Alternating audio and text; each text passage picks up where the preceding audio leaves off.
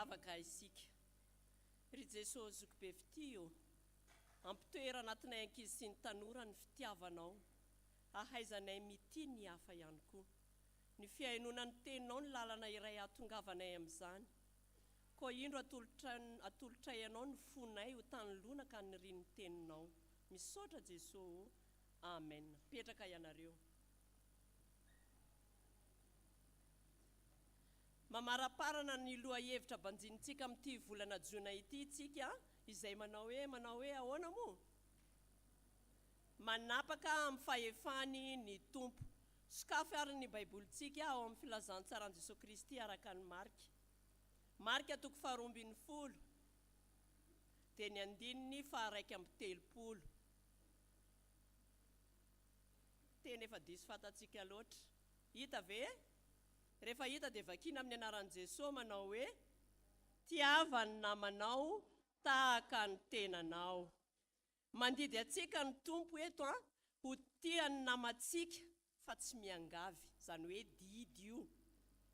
Izao ny lesona azo ampitaina amintsika avy amin'ny alalan'io tenin'Andriamanitra izay nivakiantsika teo io raha ampiarahana amin'ilay lohahevitra izay banjinitsika hoe manapaka amin'ny fahefany ny tompo. Lesona telo no ampitainantsika avy amin'izany tenin'Andriamanitra izany. Ny voalohany dia hoe ny fahefan'i Jesosy dia fahefana ombam-pitiavana. Ny lesona faharoa dia hoe manam-pahefana anovany fontsika i Jesosy. Ary ny fahatelo farany dia hoe ny fitiavana dia mahatonga antsika hanaiky ny fahefan'i Jesosy. Tantara kely no entitsika manamafy izany lesona izay ampitainantsika avy amin'izany tenin'Andriamanitra ilay hoe tiava ny namanao tahaka ny tenanao. Indray andro dia nanomana kilalao ho an'ny mpianany Madame Lina mba ahazahoany mampita lesona amin'ny reto mpianany. Nisy efitrano iray lehibe no manina. Efitrano feno balôma be dia be sady balôma maro loko no misy ny anarany ankizy tsirairay avy izay mpianany. Ankizy efa zato mahery ireo. Dia nanazava i Madame Lina hoe izao rakizy ato amin'ity efitrano ity dia misy balôma be dia be ho anareo rehetra ireo. Ary ireo balôma be dia be ao anatin'ireo efitrano ireo dia misy anaranareo ankizy tsirairay avy. Koa dia samy ianareo miditra ao amin'ny efitrano mitady izay balôma misy ny anaranareo. Sahiran-tsaina reto ankizy. Ahoana koa no ahitana balôma misy ny anarantsika amin'ity balôma ray trano efa ho anjatony maro? Sahirana reto ankizy. Navelany Madame Lina ihany zareo sahirana ny saritaka hitady an'ilay balôma tao anatin'ilay efitrano. Farany nitaraina reto ankizy, sarotra izany, tsy vita izany, ela loatra izany. Misy aza moa ny tomany mihitsy fa tsy nahita ny anarany tao anatin'ilay balôma tao anatin'ilay efitrano. Niantso azy ireo i Madame Lina hoe rakizy mila mahay mifankatia sy mifanampy ianareo. Raisy ny balôma izay manandrify ianareo sy izay hitanareo dia vakio ny anarana amin'ilay balôma dia meo an'izay tompony. Eny tokoa hozy ilay ankizy nioraka daholo izy. Marina tokoa izany, kay tsotra kely kay ilay izy. Tampitsikina sy tampitiavana tokoa no nanaran'izy ireo ny toromarika izay nomeny Madame Lina. Ary tena nahatsapany fitiavana sy fifanampiana tao anatin'izany. Vetivety teo dia samy nahazo ny anjara balômany avokoa ny ankizy tsirairay izay balôma misoratra ny anaran'izy tsirairay avy. Rehefa vita izay dia natsony Madame Lina izy ireo hoe mipetrahanareo maka toerana. Hitanareo, rehefa tiany namanareo ianareo ka mifanampy ianareo dia voavaha ny olana. Rehefa manaraka ny torohevitra nomeko anareo dia nety izay natao ary tratra ny tanjona. Mampianatra antsika eto rakizy fa tokony hanaraka ny toromarika avy amin'Andriamanitra isika amin'ny alalan'ny teniny io. Satria io tenin'Andriamanitra io dia mamboly fitiavana ao anatintsika ao. Io tenin'Andriamanitra io koa dia mahatonga antsika tsy ho tia tena fa tia ny namantsika ihany koa.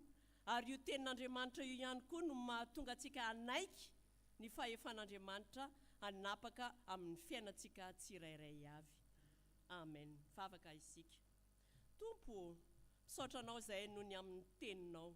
Indreto izay ankizy sy ny tanora vonina ho tianao ny amin'ny fona rehetra sy ny fanana rehetra ary ny saina rehetra sy ny herina rehetra. Vonina koa izay ho tiany namanay tahaka ny tenanay.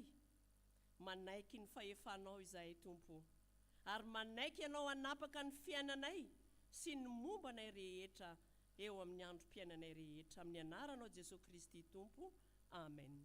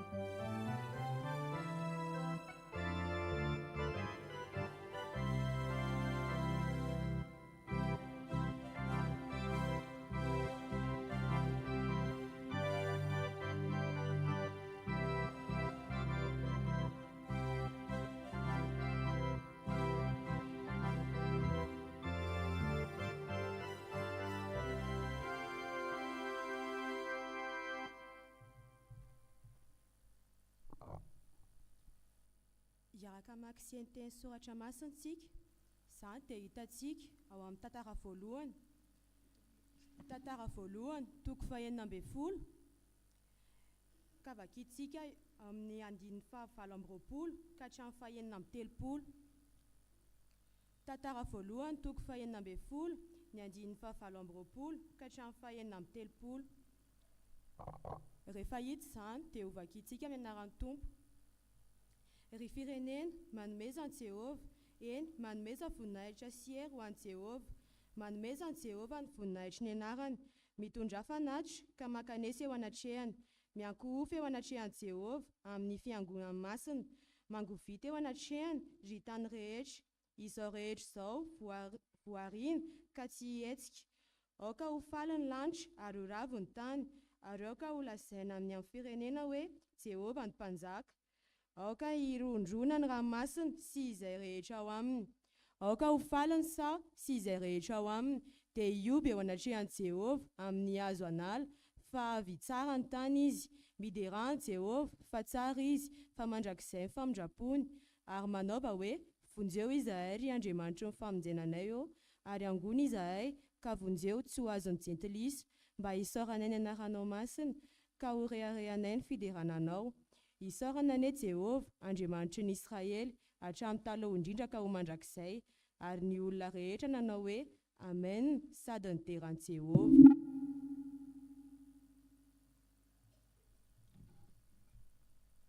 Kolosianina toko voalohany, andininy fahadimy ambin'ny folo ka hatramin'ny faharoapolo. Kolosianina toko voalohany, andininy fahadimy ambin'ny folo ka hatramin'ny faharoapolo. Efa hita dia izao mamaky azy amin'ny anaran'ny Tompo. Izy no endrik'Andriamanitra tsy hita, la matoa talohan'ny zavatra rehetra izao. Fatao aminy na ariana ny zavatra rehetra, na ny any an-danitra sy ety ambonin'ny tany, dia ny hita sy ny tsy hita, na ny fiandrianana, na fanjakana, na fanapahana, na fahefana. Izy no nariana ny zavatra rehetra, sady ho azy izany. Ary izy no talohan'ny zavatra rehetra, sady ao aminy haretan'ny zavatra rehetra. Ary izy no lohan'ny tena, dia ny fiangonana. Izy ny voalohany dia lamatoa tamin'ny maty, mba ho lohan'ny zavatra rehetra izy, fa sitraky ny ray ao aminy no hitoeran'ny fahavenoana rehetra sady izy no nampihavanany zavatra rehetra ao aminy ka dia ny rany teo amin'ny hazo fijaliana no nanaovany fampihavanana. Eny, izy hoy aho no fampihavanana izany na ety ambonin'ny tany na ny any an-danitra.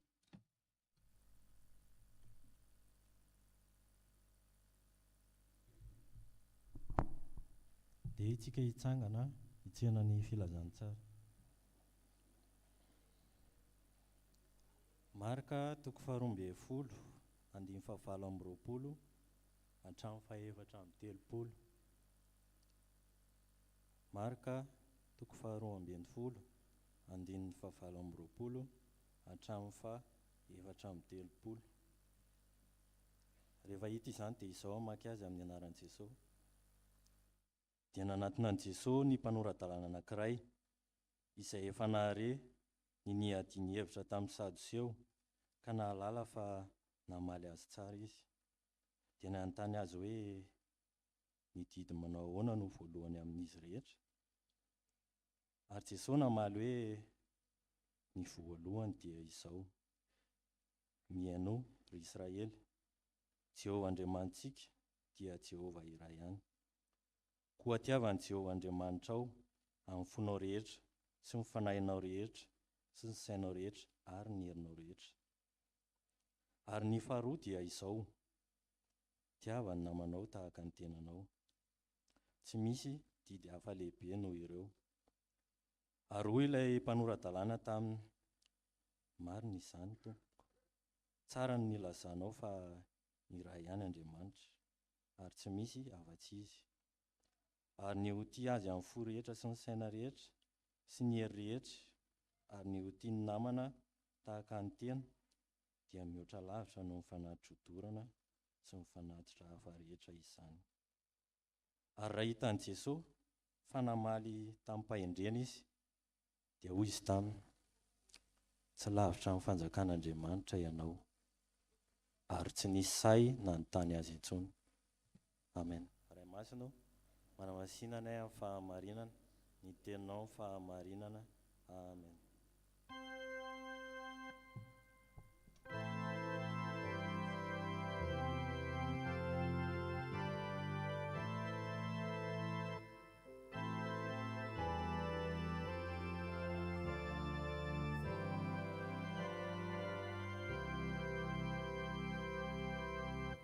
Iondrika hivavaka isika. Andriamanitra, mbola misaotra anao zahay fa mbola nomenao fotoana nahafahanay namaky ny teninao.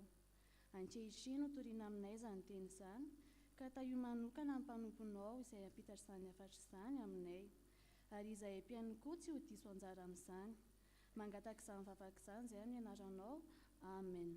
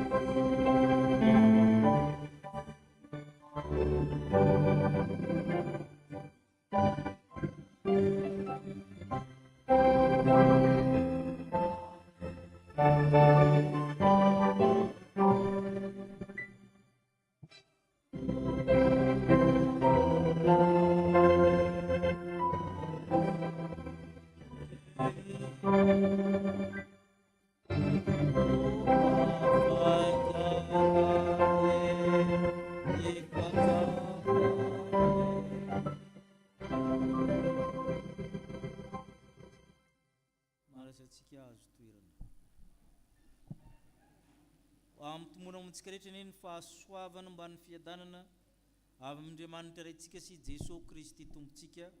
Amen. Kolosianina toko voalohany.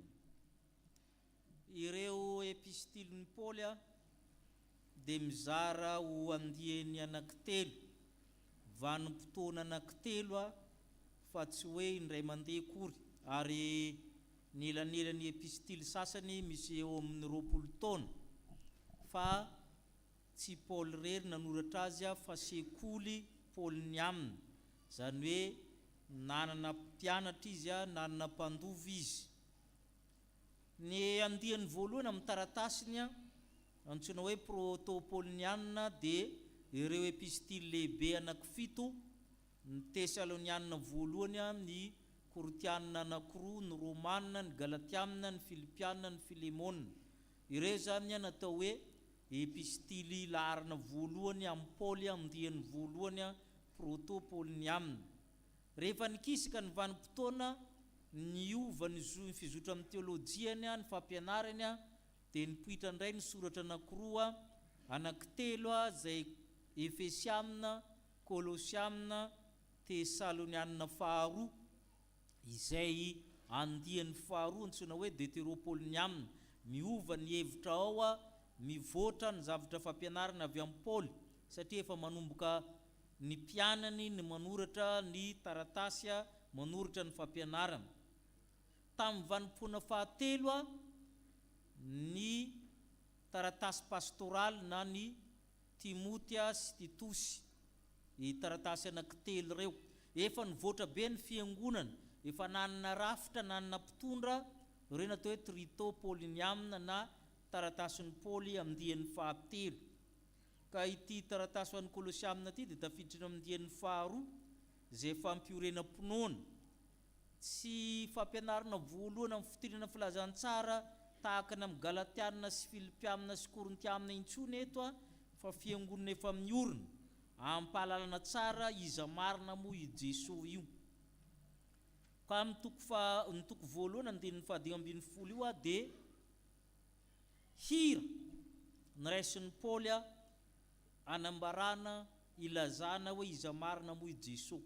Hira manambara ny fahefan'ny Kristy io na hymne kristolojika. Ao anatin'ny soratra masonao tsara ny mafantatra fa tsy ny salamo ihany ny hira amin'io, fa betsaka ny hira ao, fa rehefa mamaky tsika dia tseritseretintsika hoe hira. Hira io tahaka ny antsika hoe misy mitovy fiandohanana na fiafarana, zay mahatonga an'io manomboka amin'ny teny hoe izy anambarana ny Kristy. Hira zany izy io. Hira fanekempinoana momba ny Kristy, ny amin'ny fahefana zany izy io. Ny fahefan'ny Kristy no resahana amin'ilay hira, ny fahefana eo amin'ny Kristy. Kely izy io fa be dia be ny zavatra azo resahana, satria tena vontony hevitra ao anatin'ny teny tsirairay ao anatin'io zany misy hevitra ngeza be avokoa, fa roa ihany ny singanintsika ao anatin'izany. I Jesosy Kristy dia Andriamanitra manapaka izao rehetra izao. Zay ny zavatra voalohany raisintsika hoe Andriamanitra manapaka an'izao rehetra izao. Dia vakitsika ny andininy 15 hatramin'ny 17. Andininy 15 hatramin'ny 17 vakitsika aminaran'ny Tompo. Izy no endrik'Andriamanitra tsita, la matoto alohan'izao zavatra rehetra izao, fa tao aminy narinany zavatra rehetra anandanitra izay ety ambony tany, dia ny hita sy ny tsy hita, na fiandrianana na fanjakana, na fanapahana na fahefana, izy narinany zavatra rehetra azy ho azy zany.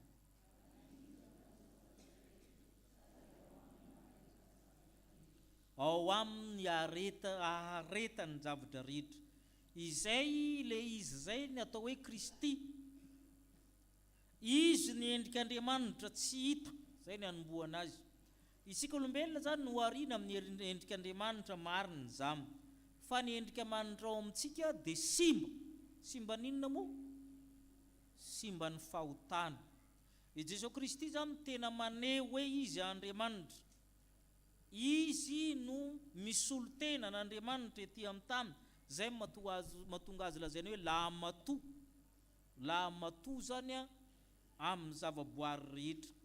Andriamanitra tsy hita hoy izy, fa i Jesosy no hita maso. Zay ny dikan'io. Izy zany a le tenen'ny Jana hoe ny zanaka lahy tokony eo an-tratran'ny ray, izy no manambara azy.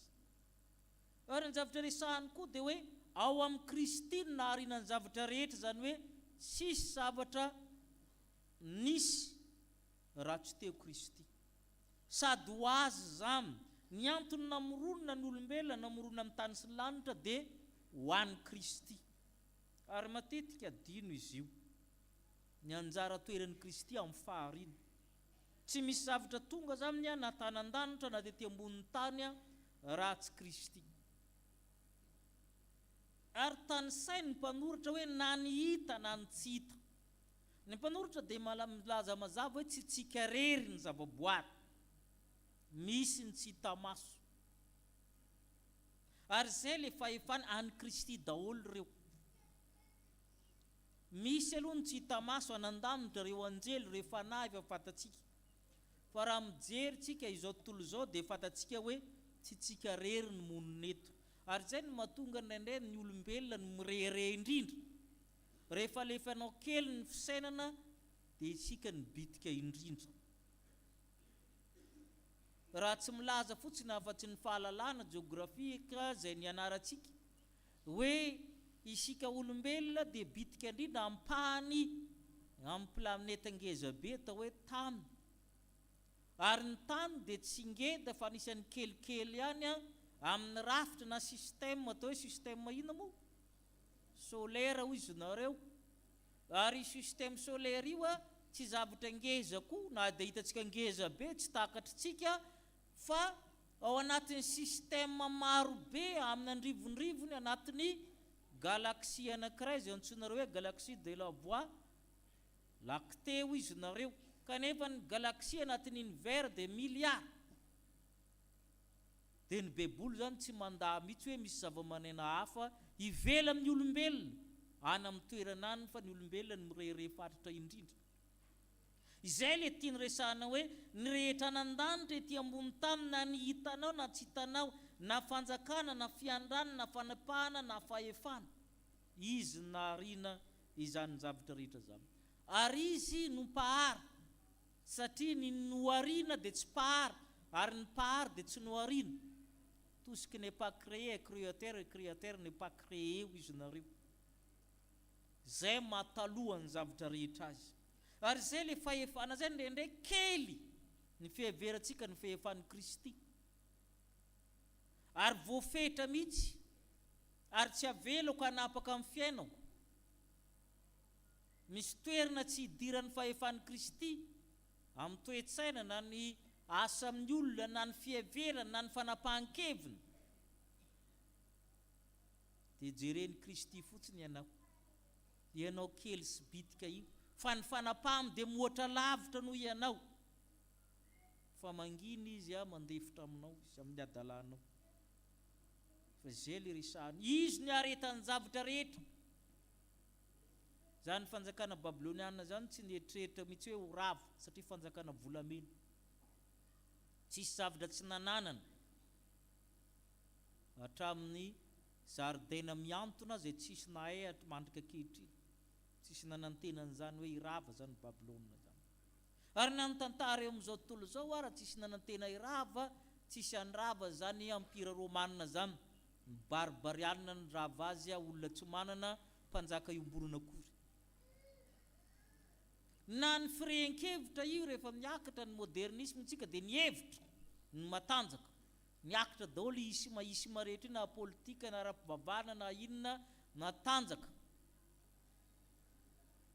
Dia ny tompona zany Lénine, Engels, Karl Marx zany ny tompona tamin'ny fotoanandro. Rehefa tonga ny post-modernisme, firavaminy idéologie rehetra, tsy misy tsony hevitra matanjaka, fa zay maresy lahatra, zay ny andro ankehitriny. Tsisy tsony ny hevitra ngeza be tahaka ny andro taloha hoe zao ny ronan'olona rehetra, mirava daholo ny isma rehetra. Satria ao amin'ny Kristy no aretany zavatra rehetra.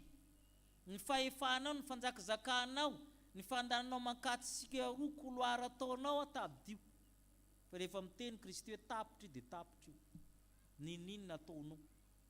ary zay ny dikany andiny hoe izy no ao aminy no aretany zavatra rehetra rehefa tapitra dia tapitra zay fifandimbiasan'ny civilisation rehetra zay nyrere amin'ny olona rehefa tapitra dia tapitra io tahaka ny teknôlôjia any io zay stabe tamin'ny andro taloha milanja radio kasety zany fa milanjany zany eo besarety eo manko ianao hitanao azy rehefa tapitra io dia tapitra io tahaka izany le fahefana ary zay le Kristy ivavahantsika zay ary matetika dino atraiza moa io ny toerana metrahantsika azy ndraindray manahirana ny kristiany sasany mpanera-vola rehefa sahirana mambola izy dia mankaty am-piangonana ny sasany mpanera-vady mpamahaolana efa tsara zany fa kely zany toerana metrahanao azy amin'ny fahefana zany oharina amin'izay lazain'ity soratra masina ity ary tsy izy irery fa i Jaona ny lazan'io filazany tsara ny Jaona toko voalohany Jaona toko voalohany ny andin'ny filazantsara io andin'ny voalohany hatramin'ny fahadimy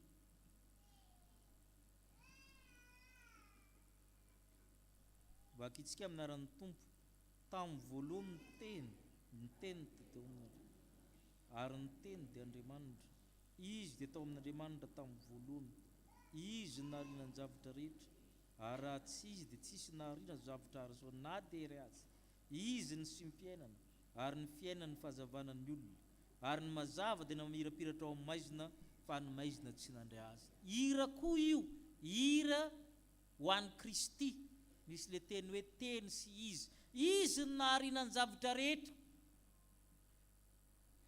ary raha tsy izy tsy nisy no hariana ny zavatra rehetra ny any an-taninantsika dia apetra ao amin'ny toerany maha izy azy i Kristy fa manapaka ny zavatra rehetra izy zavatra kely tsisy dikany no voakitika amin'ny fiainanao dia mikorotana ambony ambany ary mahay mibabababytsika rehefa tratrany na ny fahefanao na ny asanao na amin'ny toe-pahasalamanao zavatra kely sy bitika ny olombelona rehefa tratrany ianao amin'ny aretina saka an'izany dia hitanao hoe tsisy hery ianao ny fahefana rehetra dia ao amin'ny Kristy atraiza nandraisanao hoe efa nomena ny fahefana rehetra anan-danitra sy ety ambonin'ny tany ary zay mahatonga ny mpanao salamo miteny hoe voaozona zay mantehitra amin'ny olombelona ary zay mahatonga antsika hoe indikan'izany koa dia mila haintsika mampiasa ny fahefana ampelantanantsika eo zay ampindraminy atsika fahefana maharay mpianakaviana mahazanaka mahazoky mahazao ampiasao amin'ny tena fahamarinana fa mbola misy fahefana ambony ny fahefana enteranao io dia ny fahefan'i Kristy mandefitra aminao izy amin'ny zavatra rehetra fa rehefa maneho an'io izy sahirana ianao nefa koa ianao zay sahirana anatin'izay dia miantehera aminy fa mbola misy fahefana ambony ny fahefana manindry ianao isan'andro dia ny fahefan'i Kristy matetika dinontsika izay ary hery lehibe ho atsika ny mahazo hoe lehibe le miandany aminao toy izay le miandany amin'ny hafa ary zay ny tiana resahana eto hoe i Kristy ny lohana amin'ny zavatra rehetra fa ny zavatra faharoa dia izao na dia eo zany fahefana rehetra izany na dia eo ary zany hery rehetra izany Andriamanitra hafa mihitsy izy zay nateo hoe altérité de Dieu Dieu est un autre ali autre ny dikany hafa izy tsy tahaka amin'ny filma jerentsika reny rehefa nahazo fahefana nahazo epé nahazo an'izao dia midingindrambo eria sy ny sisa fa zany fahefan'i Kristy zany hafa fahefana entina monjy zay no mahatonga azy tsy manao zay eritreretinao rehetra manina tsy tonga Jesosy dia tsy amborony daholo zay dala rehetra dia vonony zay foana ny teoria avoakan'ny olona fahefana amonjy amin'ny farany vao hitanao le izy fa mbola ao anatin'ny fahefana mandefitra amonjy ny olona izy ary zay dia tika amin'ny andininy fahavalambin'ny folo hatramin'ny faharoapolo verenantsika ny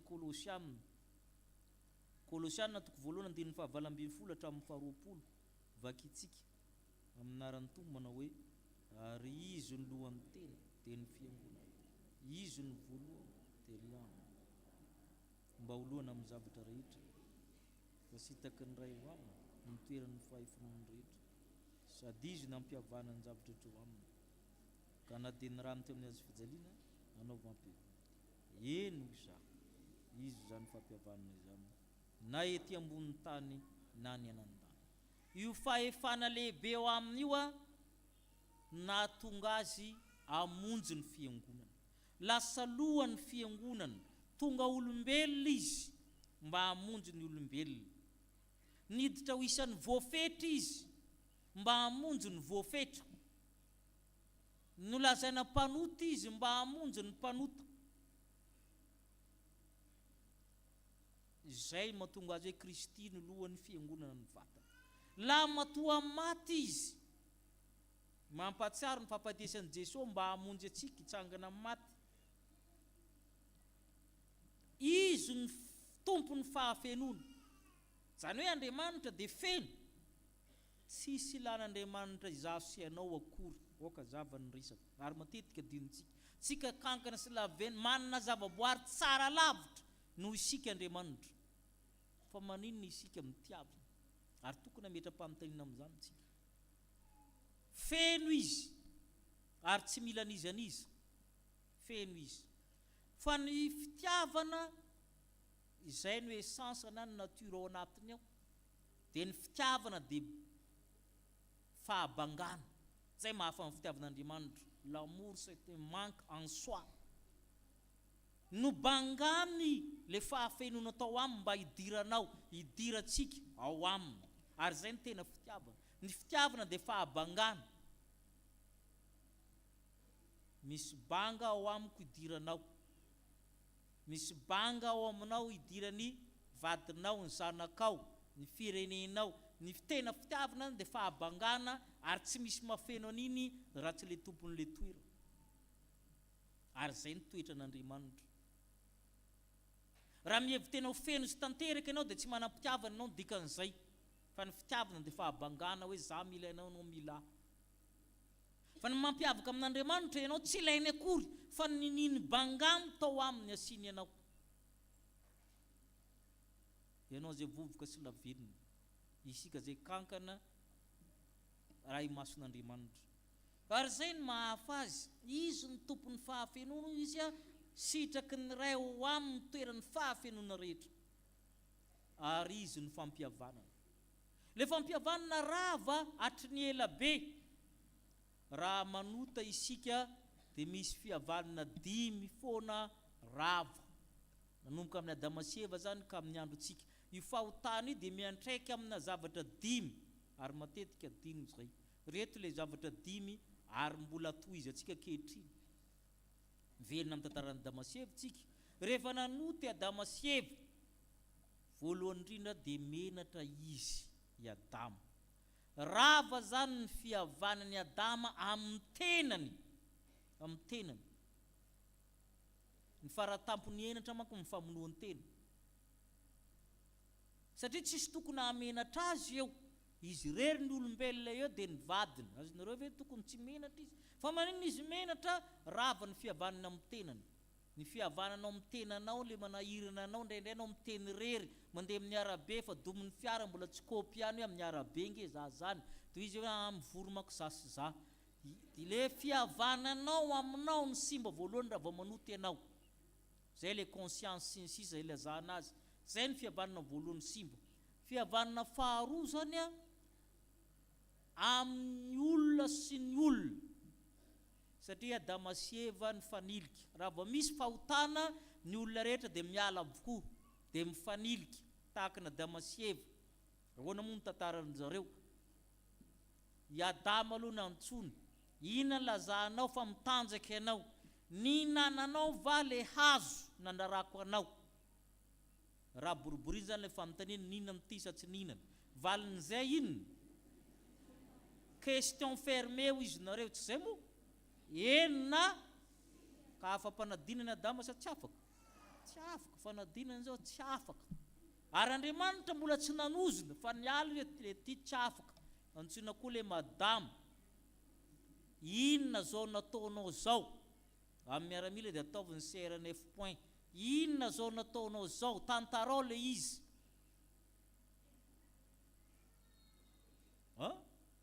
Verenetsika aloha ny any Adama, inona na valin'ny Adama?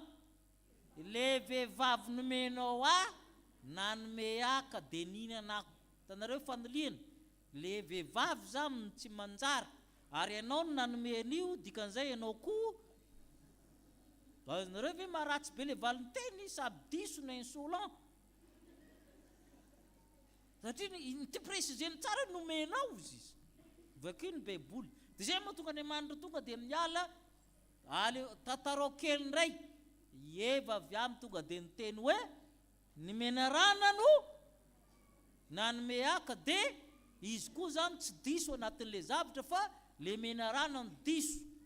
Ary zay le hoe mifanilika ndraikitra, rava ny fihavanana amin'ny olona sy ny olona, fihavanana faharoa zay.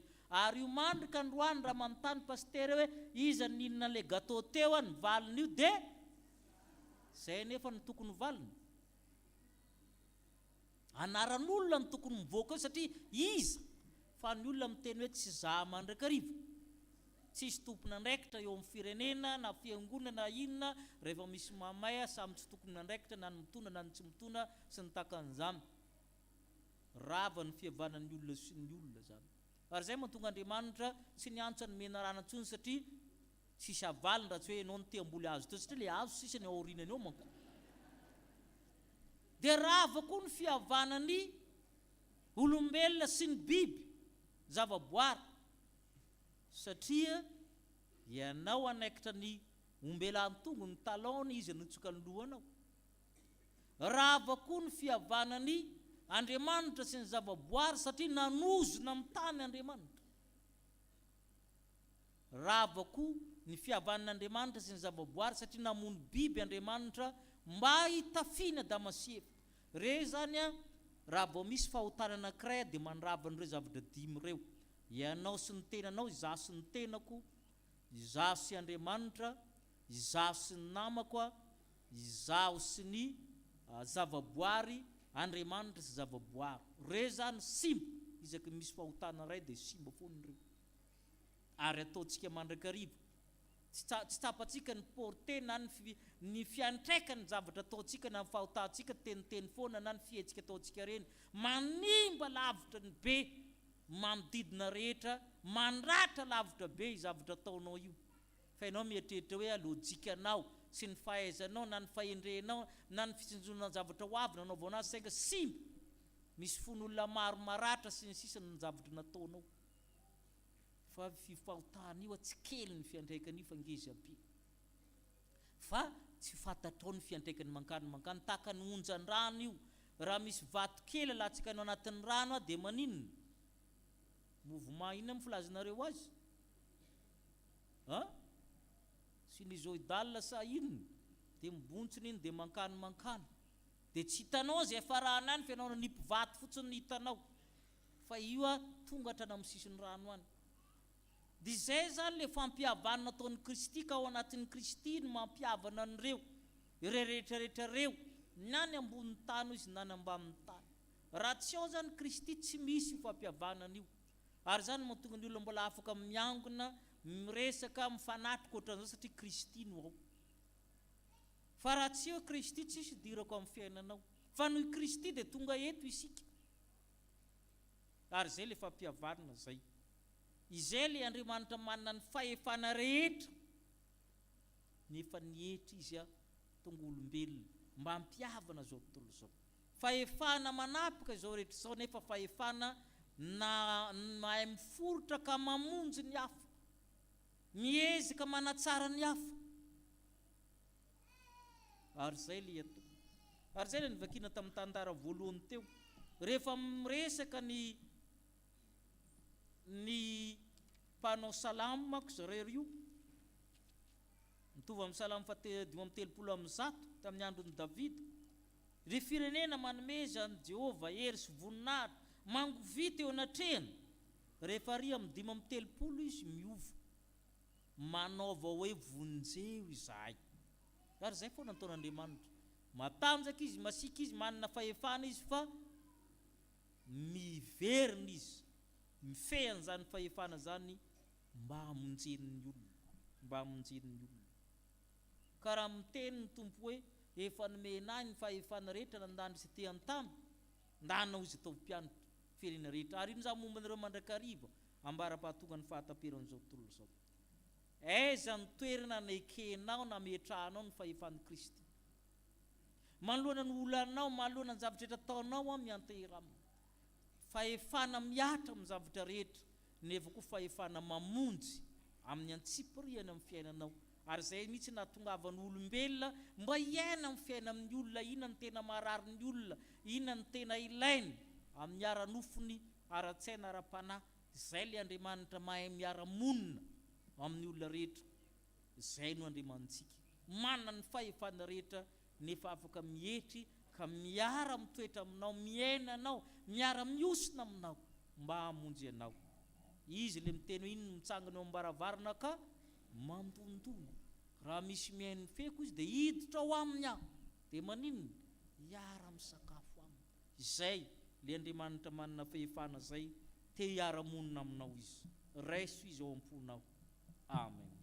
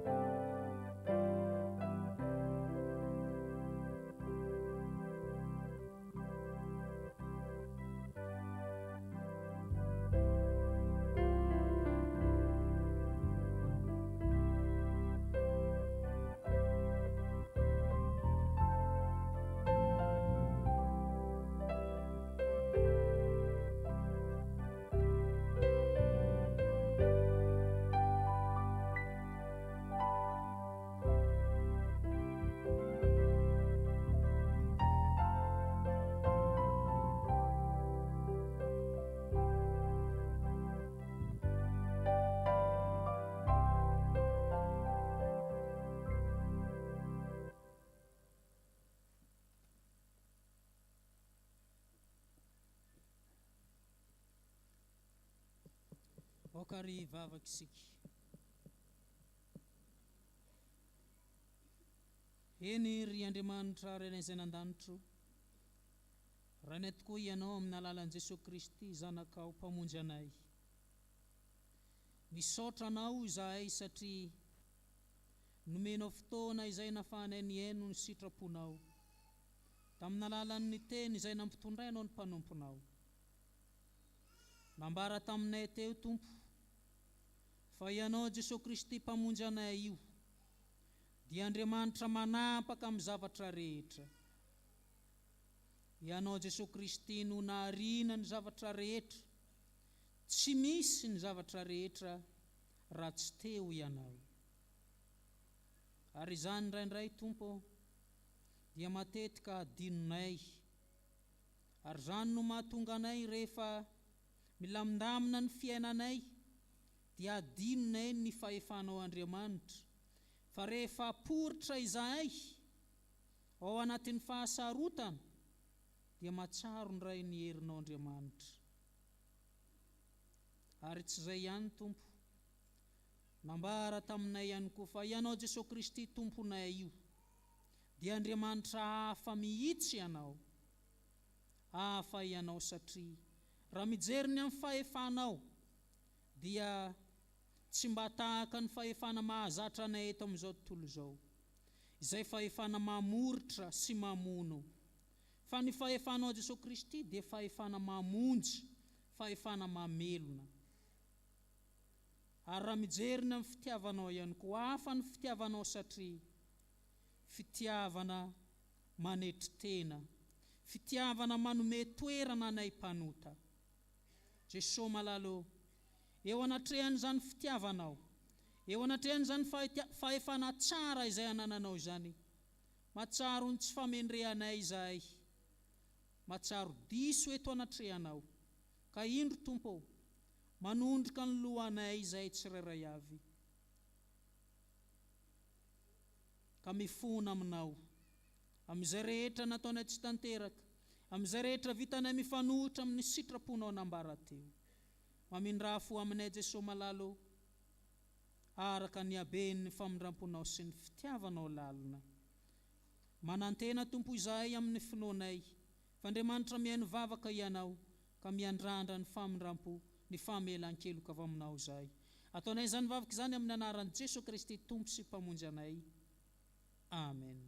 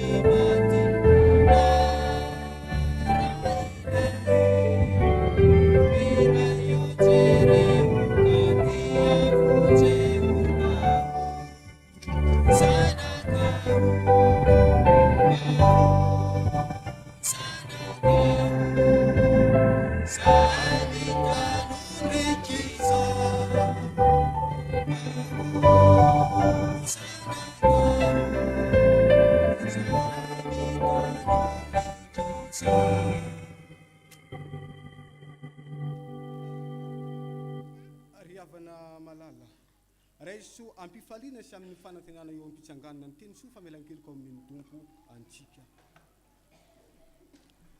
Oy ny tompo hoe fitiavana mandrakizay no nitiavako anao, koa izany no nampaharetako famindram-po ho anao. I Kristy izay tsy nalala ota dia efa nataon'Andriamanitra ota hamono izay tsika mba ho tonga famarinin'Andriamanitra ao aminy koa isika. Koa ambara riavana fa voavelany elokareo no anaran'ny masina. Alleluia. Amen. Sambatra ny olona izay voavelany elo sy voasarona ny fahotana.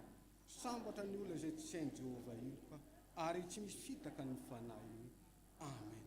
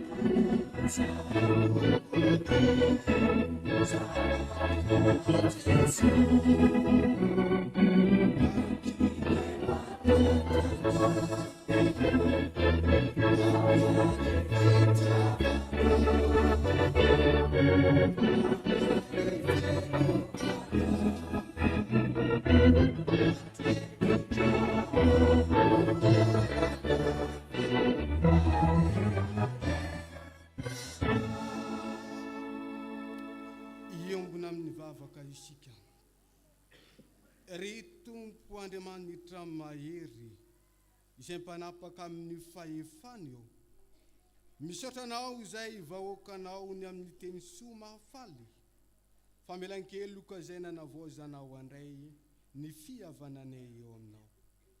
Enatreo an'izany ary indreto izahay olo mbo afidinao reto, mahatsapa ny herin'ny fanapahanao izay nanadiovanao anay indray ka asaianay mijoro eto anatrehanao. Tsapanay ankehitriny fa tsy misy izay miafina aminao ny fiainanay tsirairay avy reto. Koa angatahanay Tompo ny ijerenao ny momba sy ny manodidina ny fiainanay mpianakavy ny finoanay reto. Taio sy ambiny ny asa mampiveloman'ny tsirairay avy. Afao avokoa ny fahoriana amankala elo ka soloy fifaliana mampiadanana mba hahitanay ny tananao mitsiota manambina anay tokoa. Mivavaka izahay ny amin'ny fiainam-pinoanay tsirairay avy reto, ampitomboy mandrakariva ary aoreno tsara hahafahanay hijoro vavolombelona ao an-trany na amin'ny mora na amin'ny sarotra. Sitraka ihany koa Tompo ny anjakanao amin'ity firenena ity, ka tena ho firenena miavaka sy modely tokoa satria manana anao Andriamanitra. Tsy adinonay ihany koa ny mivavaka ho an'ity olom-boafidinao ity, Révérend Docteur Mikael Rakotozafy mianakavy. Ampahirezy mandrakarivany amin'ny fiatrehany ireo asa izay efa nifidiananao azy. Fanay masino mitoera ao anatinay mandrakariva, ka manavao zanay hatrany. Amin'ny anaran'i Jesosy Kristy ilay mipanapaka amin'ny fahefaniny no angatahana izany. Amen. Ny olona voavela heloka riavana dia say manambara ny finoany ampabe maso. Koa andeha isika ifandimby amin'ny fiombonam-po amin'ny lalan'ilay fanekam-pinoana laharana faefatra ao amin'ny liturjia manao hoe manambara ny finoantsika an Jesosy Kristy isika dia araka ny tenin'ny Jaona mpanao batisa hoe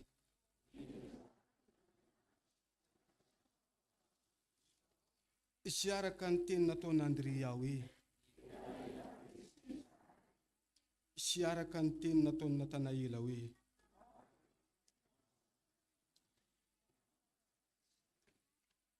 sy araka ny teny nataon'ny Samaritana hoe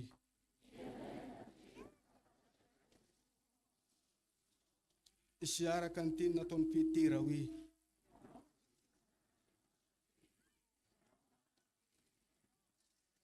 ary araka ny teny nataon'ny Tomasy hoe Tompo sy Andriamanitra. Amen. Aoka hipetraka ianareo.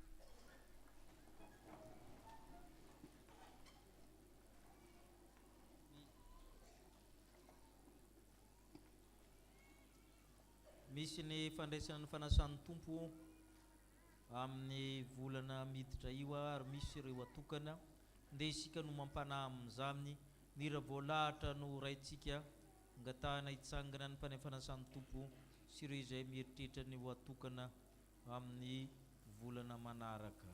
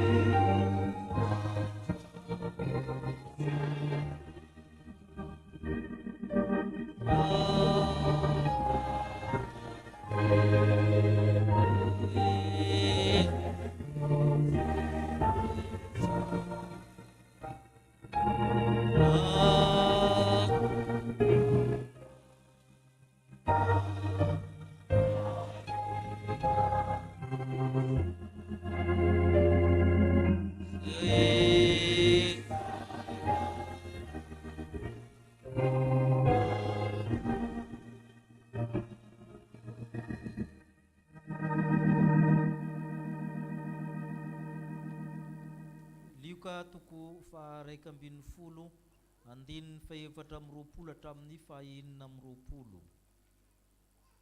Lioka toko faha-raika ambin'ny folo ny andininy faha-efatra amby roapolo hatramin'ny faha-enina amby roapolo. Filazantsara ny soratan'ny Lioka toko faha-raika ambin'ny folo andininy faha-efatra amby roapolo hatramin'ny faha-enina amby roapolo. Vaky tsika ritra amin'ny anaran'ny Tompo. raha mivoaka amin'ny olona ny fanahy maloto dia mandeha mitety tany tsy misy rano izy mitady fitsarana, ary rehefa tsy mahita dia hoy izy ody any amin'ny trano izay nivoahako aho, ary no nitonga izy dia hita ny fahavoafafa sy voavoatra ny trano, mangandeha izy ka miditra hoe ka mitoetra ao. Amen. Mahazo toerana isika.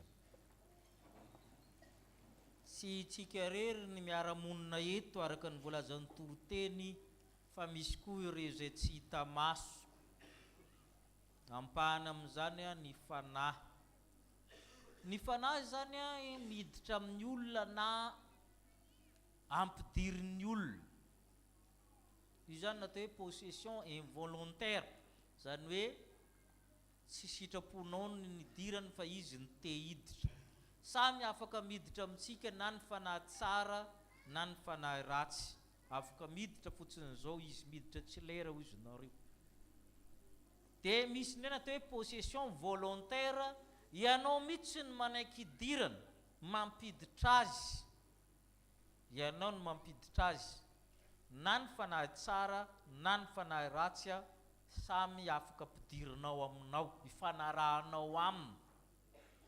Ohatra hoe fampidirana ny fanahy tsara ny sakramentan'ny batisa, idiran'ny fanahy masina ao amin'ny zanakao, ao aminao, dia ianao no nampiditra azy zany, nampandroso azy. Oharina amin'ny trano zany ity vatantsika ity, afaka mampandroso, nefa koa afaka idirina ankeriny ny trano anankiray, sa tsy zay moa? Zay le izy, zay no ohatra akaiky indrindra. Ka le fanahy zany mitovitovy amin'le mpanofa trano ao amin'ny olona anankiray. Ka indraindray ny mpanofa trano voaroka, sa tsy zay moa? Mampiavaka an'ireo anankiroa iray resaka ny fanahy ratsy indray tsika, ajanontsika ny firesahana fanahy tsara, fanahy ratsy misy ny fanahy ratsy ianao no nampiditra azy, possession volontaire ianao amin'izay. Ianao ny fanarahana hoe za zany akatromba, tromba mahay mandihy satria za mpanakanto, dia tromba mahay mandihy no alaiko na za te ho tapitrohatra amin'ny arts martiaux dia te haka dragon ianao no mampiditra azy. Misy zany démonie zany ny tompony nanaiky idiran'le izy, ny fanaraka tany. Iny sarotra roahana satria ianao no te mpiditra azy teo. Le anankiray indray niditra tsy lera na nampidirin'ny olona, mora roahana iny. Izy tonga dia miditra fotsiny na pastery anao na iny, na mibitsibitsika, mipetraka, mankarary, manorevitra ratsy sy ny sisa.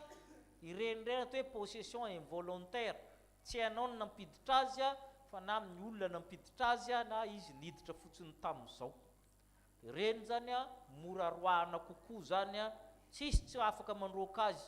Ianao tena ny mandroaka voalohany amin'ny vavaka, na ny eritreritry na ino. Fa mitanjon'le fanahy dia hipetraka ao aminao, zay foana ny tanjony. Ka ho Jesosy hoe raha misy voaroka izy ireny, verentsika amin'izay le soratra masina, raha mivoaka amin'ny olona izy ny fanahy maloto izy mankaiza izy? Mitety tany tsy misy rano izy, satria tsy misy tsara amin'ny fanahy manko raha afa-tsy mipetraka aman'olona. Io ny tiany indrindra. Misy gradiny manko izy io. Ny olona aloha ny tiany petrahana. Rehefa tsy azo nipetrahana ny olona, mipetraka amin'ny biby izy. Rehefa tsy tavela amin'ny biby izy dia mihenahena any, satria izy tia hipetraka amin'ny zavatra. Dia mihenahena any izy hozy izy. Ary ny olana tonga saina izy dia miteny hoe aninona? Aniza le trano hozy izy? Anazy hozy izy le trano. Trano kay zany ianao? Dia izy ody amin'ny tranoko le nialako teo aho. Lazainy fa tranony. Manao réclamation izy. Miverina izy. Tazany le trano. Maninona le trano hozy izy? Voafafa. Dia maninona? Malamina tsara, madio, tsy kilovina. Mbola tsy miditra aloha izy fa maninona? Dia rehefa hitany fa madio sy voafafa io dia maninona izy lasa izy mandeha dia maninona maka renfort izy ianareo ary le alainy tsara noho izy sa ratsy noho izy ratsy noho izy le alainy avy any a izy efa tsy manjary a dia le alainy avy any 7 fois tsy manjary ny alainy avy any ary vorona mihitsy izy akan'le trano zay ny zavatra mitranga ozy izy ka tsy tokony lamindamina zany ianao rehefa miala izy reny naneritreritr ao tsy hoe demoniaka mihetsiketsiky ihany le resahana eo a fa na mampirisika anao zavatra tsy manjary sy ny sisa rehefa miala izy reny mitandrema tsara rehefa miala zany ny fanahy dia misy zavatra tokony ataonao misy teny taloha miteny hoe maty vazaha misolo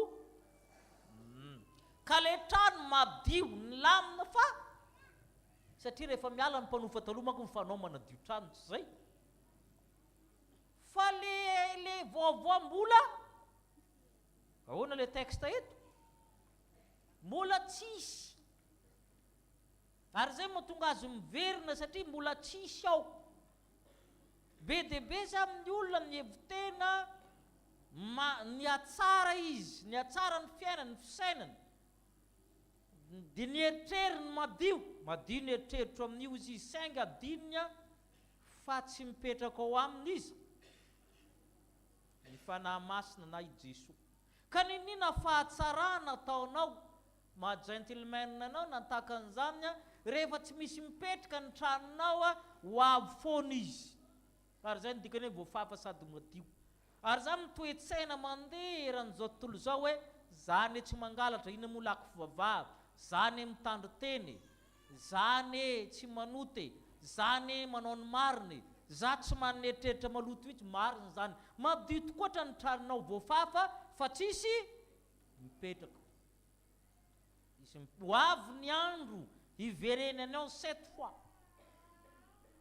ary zay ny ankamoron'ny olona amin'izao tontolo zao ty dia manao an'izany tsy vazaha tsy gasy hoe efa mety le ataonay za tsy ananan'olona trosa voaloako ny etrako za tsy mikitikitika olona fa samy mipetraka amin'ny fiainana io mariny zany ianao zany le trano voafafa sady voavotra fa ho avy ny andro hidirany eo ary 7 fois ho izy rehefa miditra ao izy avy eo ary zay za amin'ny antony anotaninany olona mandrakariva ianao ve efa nandray ny tompo tena azonao antoka ve fa ao aminao ao Kristy tena mipetraka ao aminao ao izy fa rehefa mipetraka ao izy a izy no manotra hoe zany ray ny ato fa tsy ianao fa ninina ataonao nafafanao madio izy sy ny sisa io a rehefa tsisy mipetraka dia miditra izy fa nadiovina trano le famelan-keloka teo fa rehefa tsisy mipetraka ianao mivoaketo a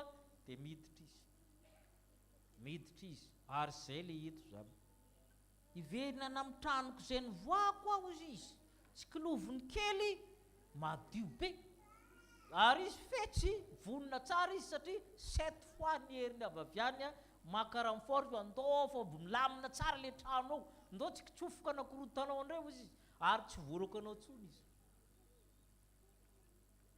satria maka namana izy hoe nilamina ny ao fandoro zalahy dia ao izy ka mila marininao a izy ny tompotrano ao aminao ao le tompotrano zany tsy banganifa akory le resahana eto fa indraindray manko zay koa nataony sata fa le ao am-ponao hoe iza no mipetraka ao le manana fahefana ve no ao anatin'ny fonao io anala fa ity anankiray ty mitondra 7 hafa ratsy noho izy raha mba tsara noho izy moa atao ahoana fa ratsy noho izy nentiny avy aminy ka mila manana an'le manana fahefana ianao anatin'ny fonao ao a satria zay mahery ihany no manjaka tsy misy olona miditra tranony mahery ho izy Jesosy ka tsy miady aminy dia afatotra izy zay vao azonao alaina ny entiny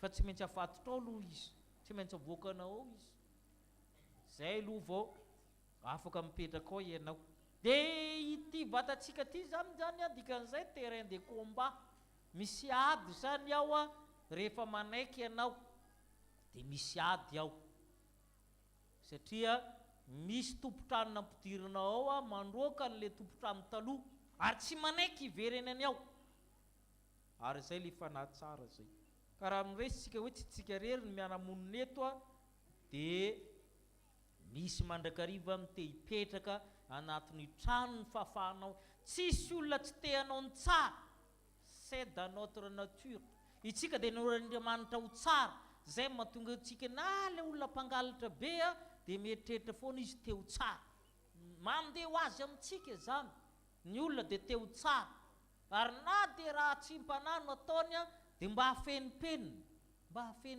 izy io ao anatiny ao ary zay natao hoe force de la terreur zany izay ohatra ny hery voalohany apetraka ny tany filaminana ny hery tahotra satria raha vao mandalo izy a na manoana mandalo ny miaramila na ny mpanao tany filaminana manao fanamina dia misy makamaka sisiny mandeha ho azy amin'ny olona ny hoe tsara ity sy ratsy ity fa anjaranao kosa hoe izy nampiatranonao aminao ao fa itsika dia tarinao amin'ny tsara mandrakariva ka dia mila mivavaka tsika samy mba miaro ny hiditra amintsika mampiditra n'le mahery ho anatintsika mba tsy hiverenany faharatsiana zay mahatonga ny olona hitanao miaratsy amin'ny fiarahamonina ary nenay malampalahelo fa arakaraka ny vavahany indray ny mahatsinanjary azy satria le trano madio sisy mipetraka dia miverina izy mipetraka ao dia gagany zany olona zany ve dia navita amin'ity izy ianao dia gagany zany ve mba fisainan'io satria niverina le zavatra efa niala teo a fito ratsy noho izy rehefa ao amin'ny Kristy mandrakariva kosa isika dia ny fanahy fito tsaran'Andriamanitra omenantsika ivampitonam-bavaka isika roa amin'ny 700 ny rataontsika izay ivavaka dia afaka miakatra itsy zany a nitateraka vavaka ho antsika rehetra ho an'ny firenena zay tianao entina mivavaka 700 ny raintsika dia angatahana amin'ny kristianina andeha mankeo a tsy dekona tsy ny mpiandry a fenareo efa mankeo foana 270 ny raintsika dia nilenan'izay asaina ianao a hivavaka itsy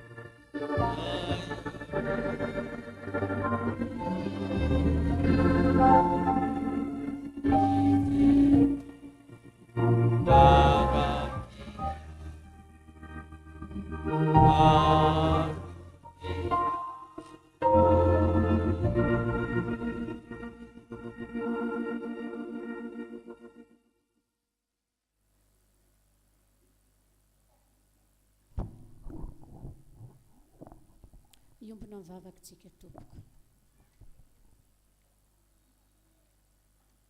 Andriamanitra andriana nahary ny lanitra sy ny tany manondrika ny lohanay izay ankehitriny manondrika ny lohanay satria tsy mendrika ny voninahitra ao tsy mendrika iantso ny anaranao akory kanefa ho ianao hoe izay manatinatsy mba ho laviko mihitsy indretra izay tompo izay eto amin'izao toeran'izao manana ny etaetanay any anatin'ny fonay tsirairay avy any Pankehitriny kosa izay mbola mangataka aminao sy misaotra anao na ahafahanay mbola miombona eto amin'izao ora sy fotoana izao. Nantsonao izahay ka manana fangatahana aminao indrindra fa ny momba ny fiainan'ny tsirairay avy. Amin'ny maha-kristiananay Jesoa manaraka anao, betsaka ny fanenjehana mahazo anay, betsaka ny sakatsakana tsy ahafahanay manompo anao, na avy amin'ny tokantranonay izany, na amin'ny toeram-piasanay izany, na amin'ny fiarahamonina misy anay. Indraindray izy ireny Jesoa tena marary, mavesatra, ary mitarika anay ihany koa hanota amin'ny manofo sy ranay. Tompo Andriamanitra io, afaho izahay. Meo anay ny fanahy mahery mba ahafahanay miatrika ny fiainanay, ahafahanay miatrika ny fiarahamonina misy anay, ahafahanay miatrika ny tontolo nametrahanao anay. Izay olombelona dia tao dia voly fitaovana ny elingelina ny namanay, na samy kristianina raha manaiky mampiasa ilay fanahy ratsy. Tomponay io, ianao ny mahita. Ny angatahany aminao dia mba hanadiovanao anay, ampianaranao anay, ampitoerinao anatinay ny fanahinao masina, ahafahanay manaraka ny lalanao, manaraka ny sitraponao. Indraindray adinonay ny fampianarana atao anay, indraindray adinonay ny fitiavanao Andriamanitra, fa mankahala ny namanay izahay. Tompo, mamindra fo aminay. Ampianaro izahay ho tia le fitiavanao Andriamanitra ny angatahanay mba hapetrao anatinay tsirairay avy. Satria izany namantaran'olona fa mpianatra ao izahay. Meo anay ny fanahy fampaherezana Jesoa. Meo anay le fanahy mahery ahafahanay miatrika ny asanay, ahafahanay miatrika ny fiainanay, ahafahanay miatrika ny fiarahamonina. Indraindray reraka ny nofo Jesoa.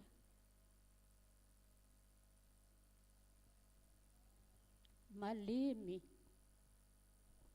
kanefa manana anao Andriamanitra iankinany amin'ny zavatra rehetra. Tompo malalo, aza mahafona mahasaraka anay. Voninahitra ny anaranao rery ihany Tompo ny antom-pisianay, ary amin'ny anaranao ametrahanay izany vavaka izany. Amen.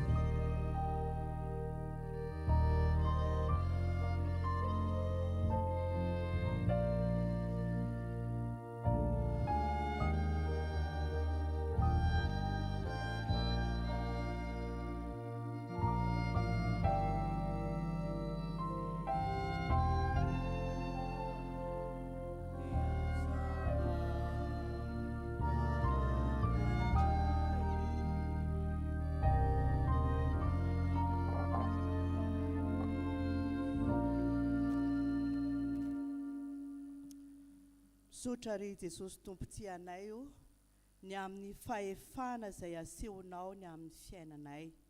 Fitiavana lehibe tokoa no natolotrao anay, dia ny amin'ny nanoloranao ny tenanao mba ho afitra hamonjy anay. fahefana lehibe tokoa izany ry tompo ary tsapanay amin'ny andro rehetra izay iainanay. Ankehitriny dia mahatsiaro izahay ny volana lasa rehetra ny fotoana maro izay nidiavinay nandritra ity taona vaovao ity indray. Dia teo foana ianao na tamin'ny tsara na tamin'ny ratsy. Nitantana ny fiainanay ianao, nibanjinanao tokoa izahay ary tazomy izahay Jesosy ny amin'ny zavatra rehetra izay hatrehanay. Misaotra ny amin'ny fitiavanao satria tsy manana iankinana izahay afa-tsy ianao Jesosy Kristy. Raha iompon-databatra aminao izahay amin'ny herinandroany dia manomana ny fomam-panahinay ary hanadio izany ampiditra anao aty anatinay mba hahafahanay tena mandiny tena andray izay rehetra nomenao ny tamin'ity anio ity, hahafahanay tena manavao indray ny fanoloran-tenanay ka hahafahanay miombon-databatra ary miray aminao satria anao Jesosy Kristy tokoa no tokony ho hita ety aminay fa tsy ny tenanay. Misaotra Jesosy ny amin'ny zavatra rehetra izay kinasanay izay nitanterahanao tamin'ny fanompoana izay nataonay ny amin'ny firenenay, ny amin'ny zanakay, ny amin'ny ankonanay. Misaotra ny amin'ny nazahoana indray ny fahaleovantena izay notsarovanay vao fotoana fohy teo. Dia mangataka izay Jesosy Kristy ny amin'ity firenenay ity mba ho tena firenena anjakanao Jesosy Kristy tokoa amin'ny fitoriana izay ataonay ahafahanay manana izany Madagasikara vontony filazaon-tsara.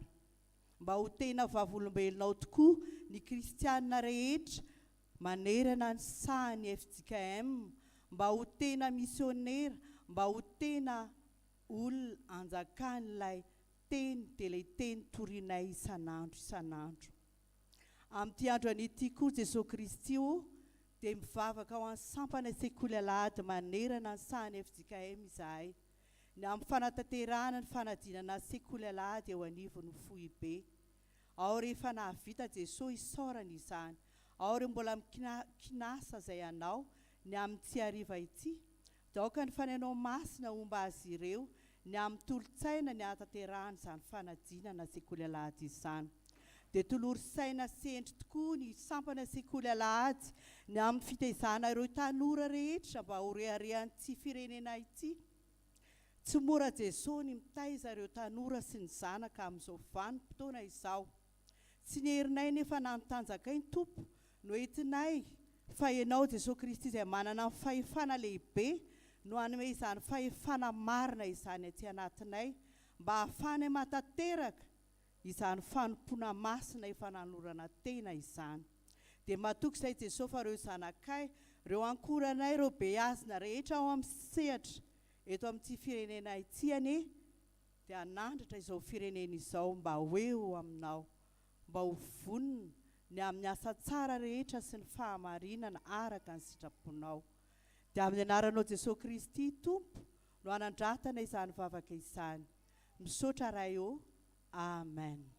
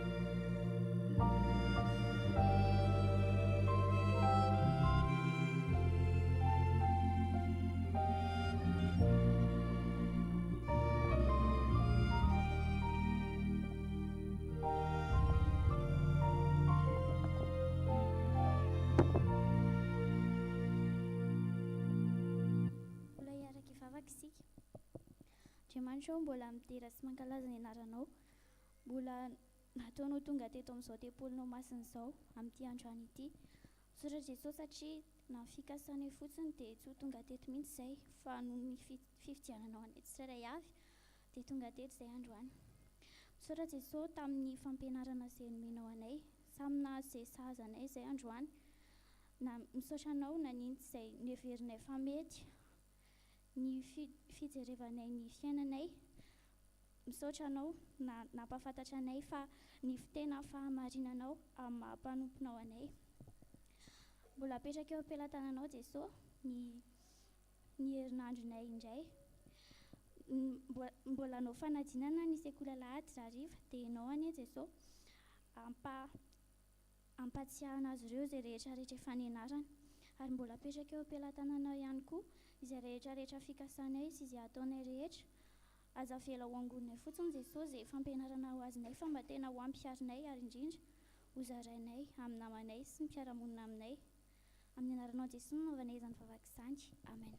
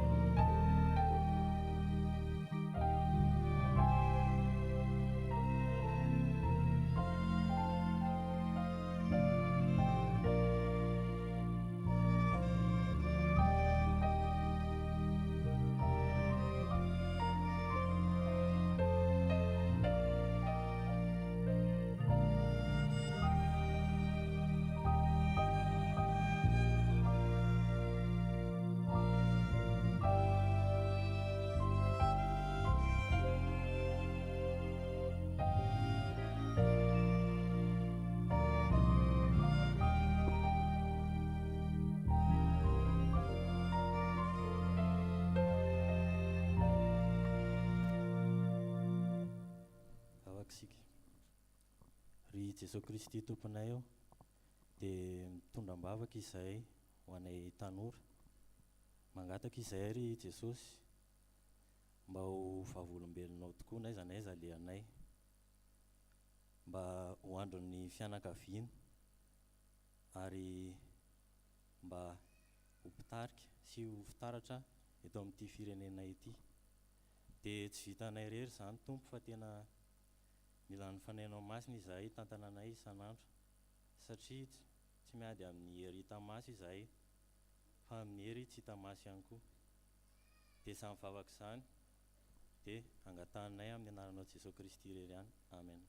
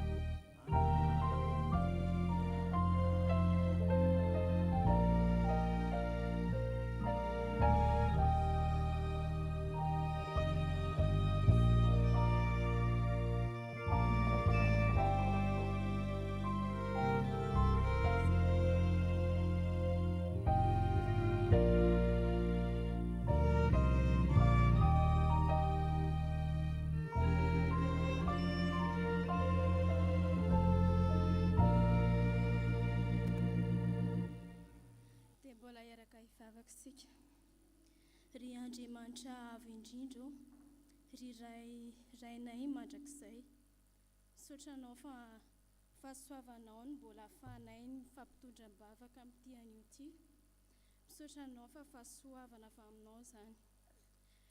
Hitanao tsisy miafina aminao ny fiainanay tsirairay avy, dia apetraka fenao am-pelantananao ny fiainanay Tompo. Ianao no hitahiry anay satria izahay dia tsy mahatahiry ny tenanay. Ianao no hitahiry anay ary ianao no hiazona anay. Tazomy hatramin'ny farany izahay Tompo mba tsy hisy ho very na dia iray akory aza. Ary izay rehetra mahasoa anay dia ho tanterahanao amin'ny fiainanay. Ianao anie hianika ambody ny mpitondran-tena rehetra, ireo mahantra ho tsarovanao. Ny fiainanay tsirairay avy dia ao am-pelantananao nametrahanay izany. Ary izay rehetra mahasoa dia inonay fiainao nefa mahatanteraka izany amin'ny fiainanay amin'ny anaran'i Jesosy Kristy. Amen.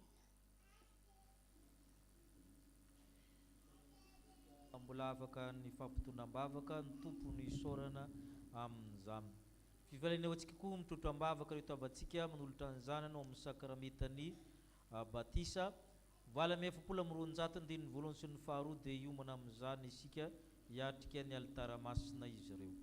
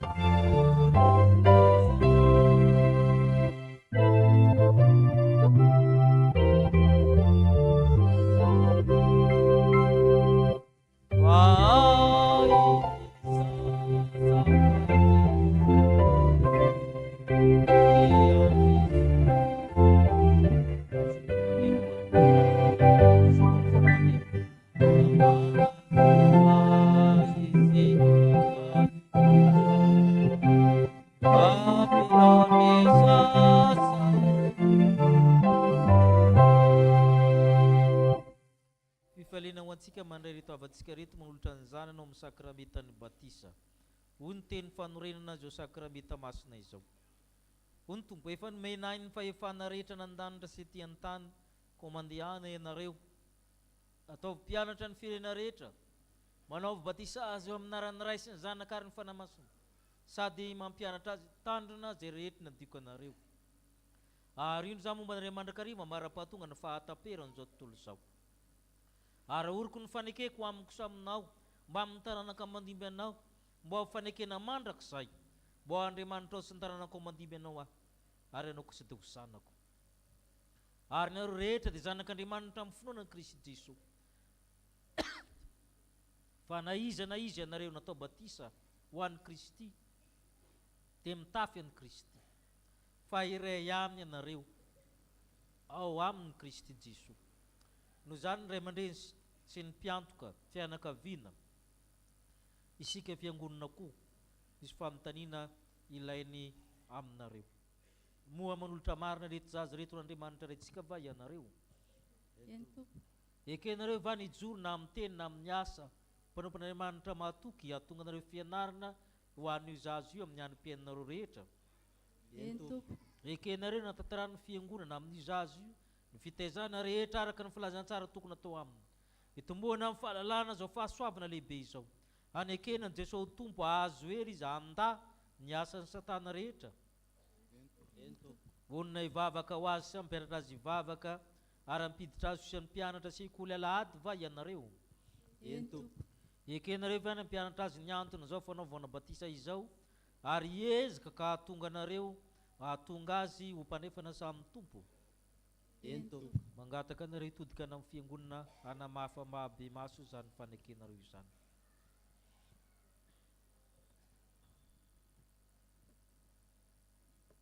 Noar manolotra ny zanakay ho an'Andriamanitra raintsika izahay, ekenay ny hijoro amin'ny teny na amin'ny asa, ho mpanompon'Andriamanitra mahatoky, mba hahatoky fianaran'ny zanakay amin'ny androm-piainana rehetra.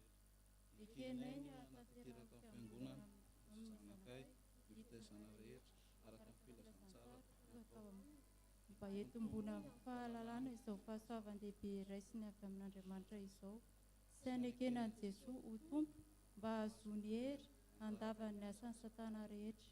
Vonina ny hivavaka ho azy sy hampianatra azy hivavaka, ka hafiditra azy sekoly alahady izahay. Ekenay ny hampianatra azy ny anton'izao fotoana batisa izao, ary izahainay ny taona azy mpandray fanasany tompo. Ny herin'Andriamanitra no ankinanay hahatanterana izany. Amen. Mandre ianareo Andriamanitra, andehitsika hitsangana hangataka ny fanahy masina.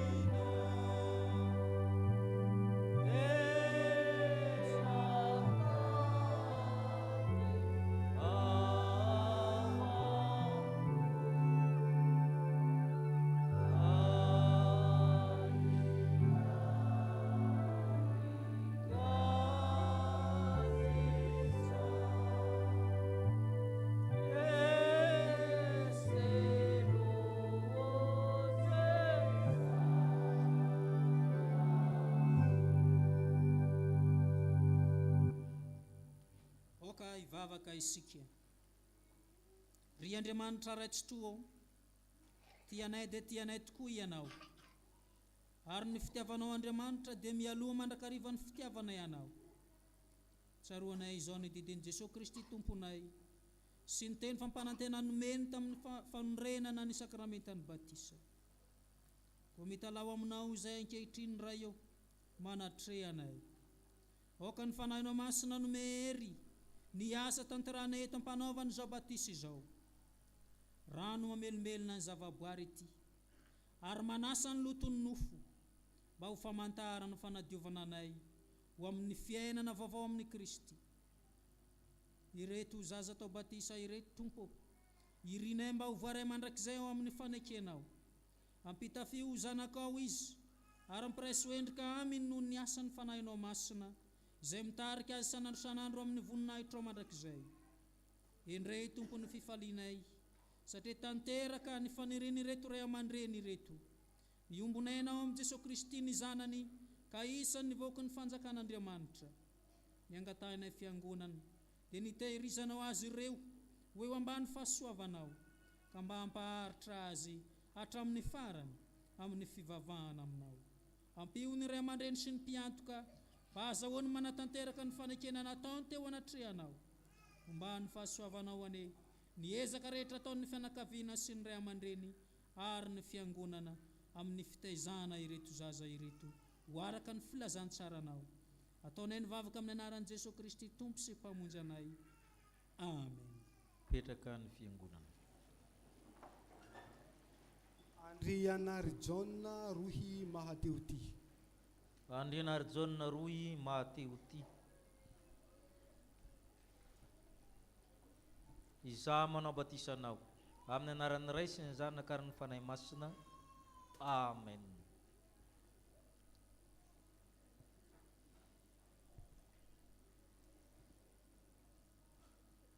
Razafy Mandroso Anjarasoa Emilia.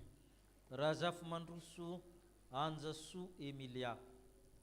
Izaho manao batisanao amin'ny anaran'ny Ray sy ny Zanaka ary ny Fanahy Masina. Amen.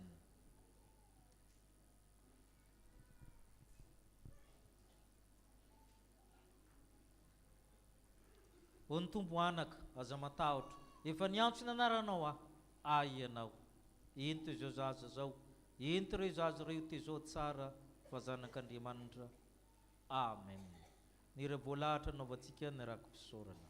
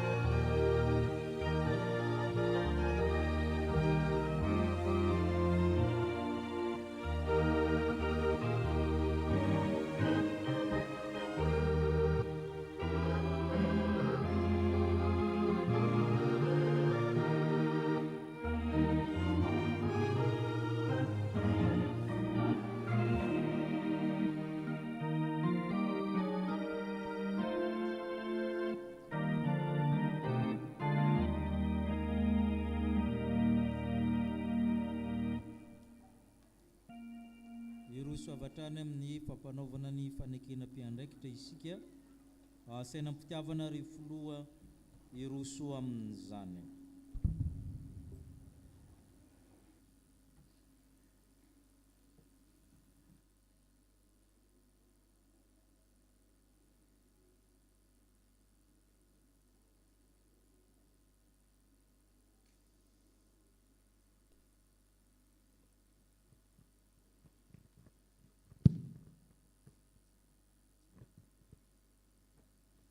Anokatra izao fotoana izao amin'ny fomba skoto isika, koa mangataka ny skoto rehetra manao fanamiana ara-dalàna hitsangana.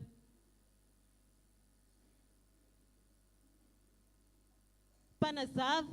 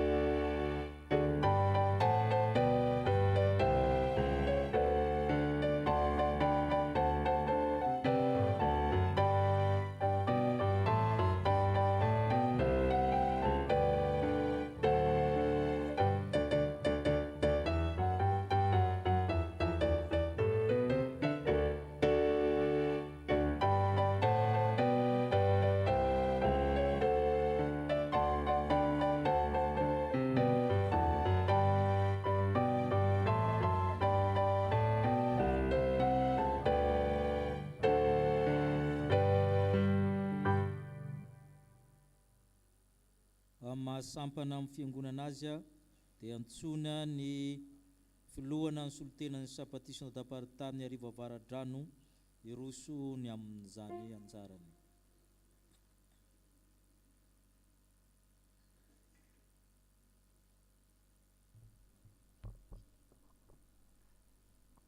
Fifaliana ho ay tokoa no misolotena ny synodam-paritany Arivo Avaradrano sy ny biraoan'ny Sampaty Foibe ary miaraba manokana ny fiangonana eto amin'ny chapelle militaire.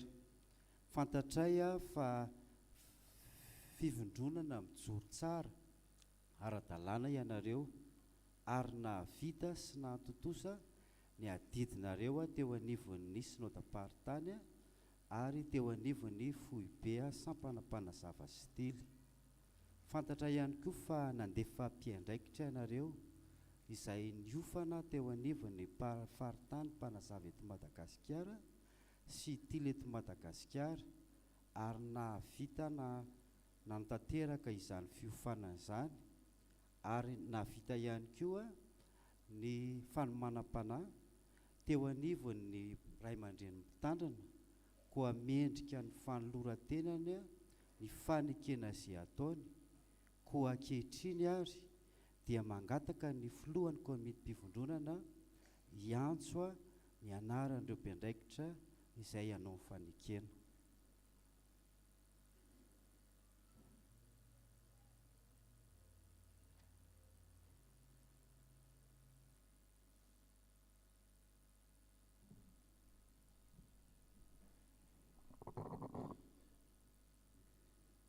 Faly tokoa izahay filohan'ny bureau-ny komiti-pivondronana eto amin'ny fivondronana fahadimy amby zato eto amin'ny chapelle militaire ary ireo ray aman-dreny teto amin'ny fitazam-panahy protestanta ho an'ny folo alin-da misaotra an'Andriamanitra tamin'ny antsoany ireto mpanompony izay manolo tena amin'ny mpitiavana sy fanetretena tokoa ho mpiandraikitra eto amin'ny sampatia. Efa ampitaona izy ireo sady efa mpandray ny fanasan'ny tompo koa dia natolotry ny komety mpivondronana ny faritany mpanazava sy tily eto Madagasikara mba hazo fiofanana momba ny andraikiny. Efa navita izany fiofanana izany izy ireo ankehitriny ary efa vita fanomanam-panahy tamin'ny ray aman-dreny mpitandrina sy ny branche komety mpivondronana ary ny filoham-panabe koa iroso amin'ny fanekena mampiandraikitra azy izy ireo amin'izao fotoana izao mba ahafahany manatanteraka antsakany sy andavany izany adidy masina ny antsony tompo azy izany koa mangataka azy ireo iroso aty anoloana.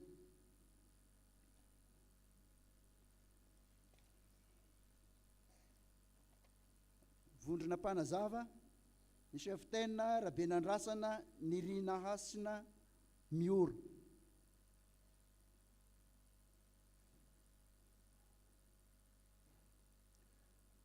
Vondrona tily chef-taine Andriarmanana Niaina Finaritra. Chef-taine Nomenjanahary Niaina Aitantsoa.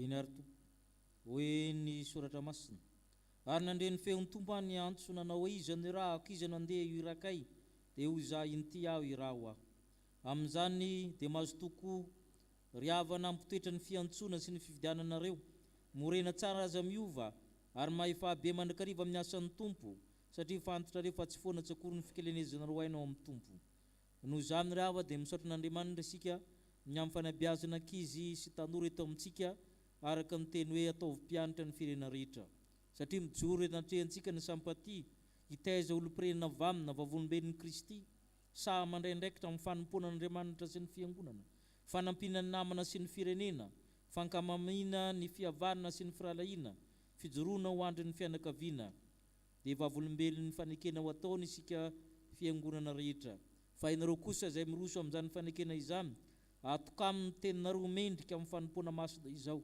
ataovy ambony indrindra manomboka an'io ny abdidy amin'ny Andriamanitra amin'ny tenanareo ary amin'ny hafa hivavaka isika misaotra anao izay tompony amin'ny fahasoavanao azoanay manome alalana ny fanekena mpiandraikitra satria ianao no miantso azy ireo amin'ny fanekena nampiofa amin'ny reto filoha reto ngotoavin'ny sampatia sodaparitamy ianao Andriamanitra nanome ny fiofanana tamin'ny faritamy koa ankehitriny atolotra anao izany vokatra izany amasina izy ao amin'ny andraikitra izany ary takisany ireo beazina hoentiny takisan'izay fiangonana mba amin'ny olo-tsaina hifanampy azy koa keo izao fanolorany tenan'izao ry Andriamanitra tomponay amen.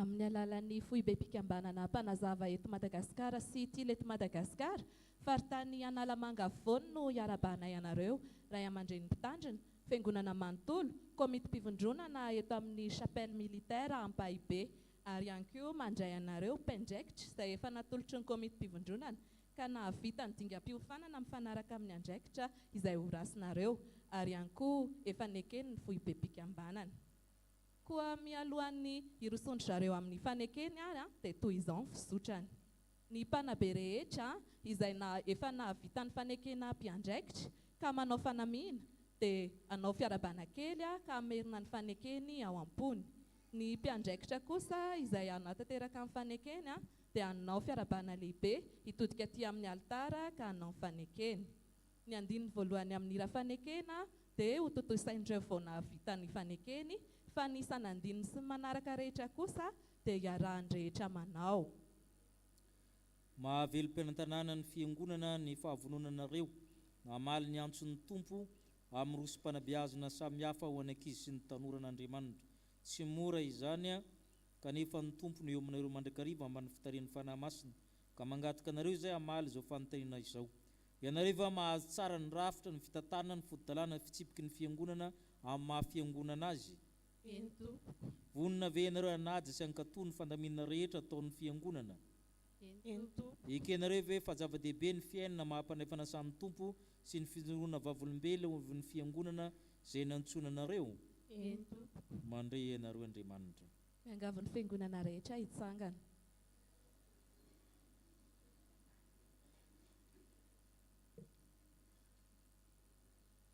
Amin'izao ny antsoinay ho mpiandraikitra izao dia milaza marina fa azoko tsara sady ekeko ny zava-kendry fikambanana mpanazava eto Madagasikara. Ezaka aho amin'ny fivoarana ara-tena, tsy ara-tsaina ary andala ny fiainam-panahiko amin'ny fahalalanan'i Jesosy Kristy. Ho tompo sy mpamonjy ay ary ho vavolombelona eo amin'ny forokely izay andreketako. Ankatolo lalan'ny mpanazava, ny herin'Andriamanitra no iankinako hatanterahako izany. Amen. Amin'izao ny antsoina ny seho mpiandraikitra izao dia milaza marina ve ise fa azony se tsara sady eken'ny se zava-kendreny tily eto Madagasikara? Amin'izao fiantsoana ho mpiandraikitra izao dia milaza marina aho fa azoko tsara sady ekeko ny zava-kendreny tily eto Madagasikara. Hikely anaty koa natanteraka ny adito amin'ny finoana sy fankatoavana an'i Jesosy Kristy Tompo lohan'ny fiangonana. Andriamanitra ny hanampy ahy amin'izany. Amin'izao fiantsoana ho mpiandraikitra izao dia milaza marina aho fa azoko tsara sady ekeko ny zava-kendreny tily eto Madagasikara. Hikely hainao amin'ny fanatanterahana ny aditoko amin'ny finoana sy fankatoavana an'i Jesosy Kristy Tompo fiangonana. Andriamanitra ny hanampy ahy amin'izany. Oh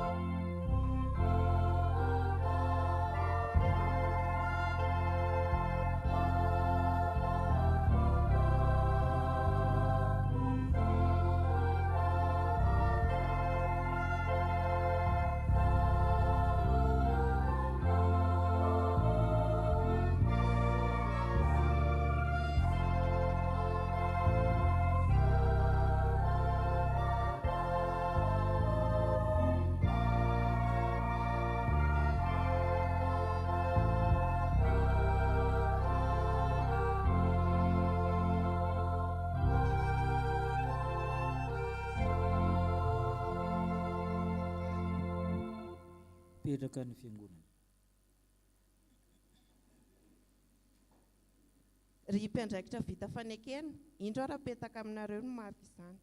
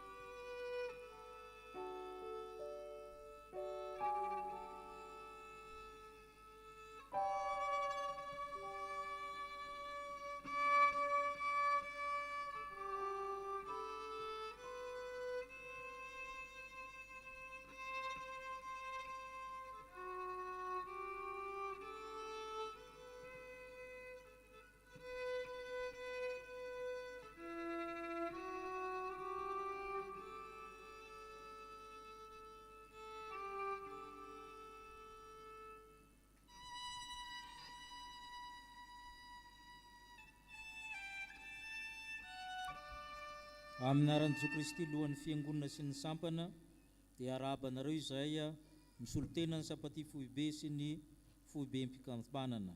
Mare sy mahatanja fanotompo momba anareo.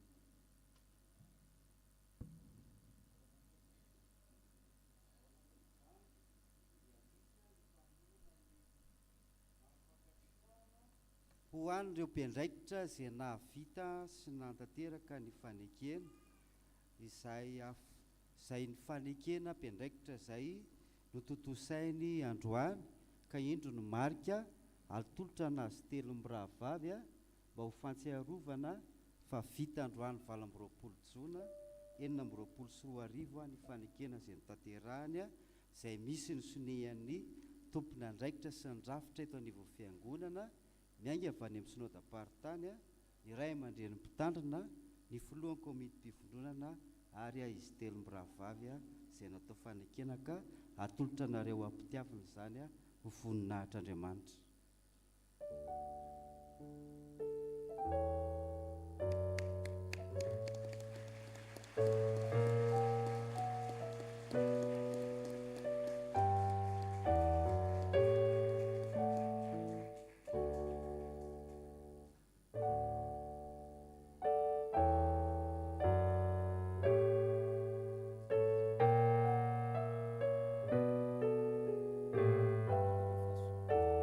Ry ray aman-dreny mpitandrina, ry fiangonana malala, ry komity mpivondronana, ry sampaty eto amin'ny chapelle militaire, ireo mpiandraikitra reo mivavao azy mba hatoto saniny andraikiny amin'ny atsaka sy andavany, aza diny koa karakara fampitaovany sy manohana azy amin'ny asa izay ataony, fa izany no mahasampana velona misy azy.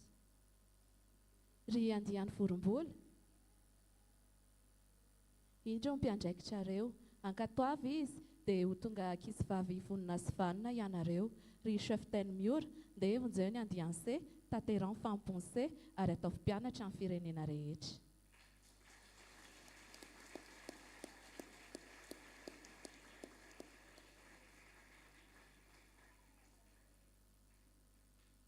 Ry andiano anganga, ireo mpiandraikitra reo mivavao azy dia ho tonga zazalahy vonina sy vanina tokoa ianareo. Araka ny fitsinjarana andraikitra eto amin'ny andiany dia cheftaine Naina Finaritra no Shil ary cheftaine Niaina Hitantsoa no aty. Ry Shil sy aty dia vonjeo ny andianse tateran ny fanomponse ary ataovy mpianatra amin'ny firenena rehetra.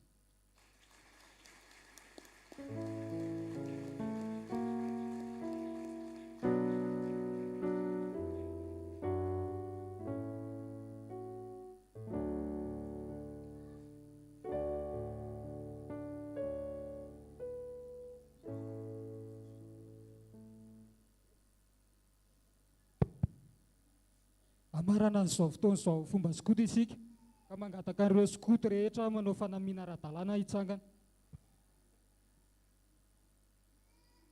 Mpanazava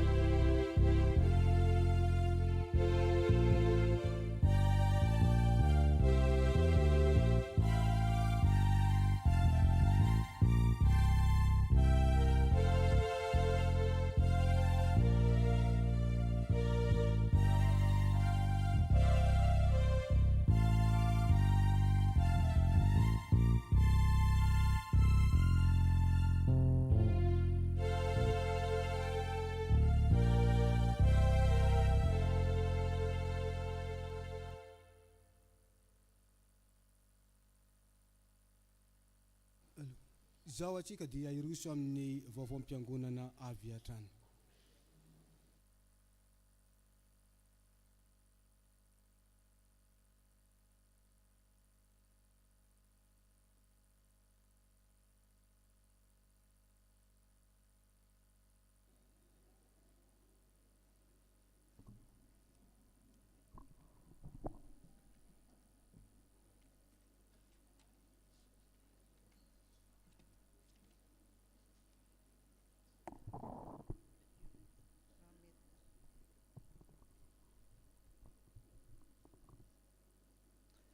Dia ho aminareo rehetra ny ry havana fahasoavana sy ny fiadanana avy amin'Andriamanitra ray antsika sy Jesosy Kristy Tompo. Amen.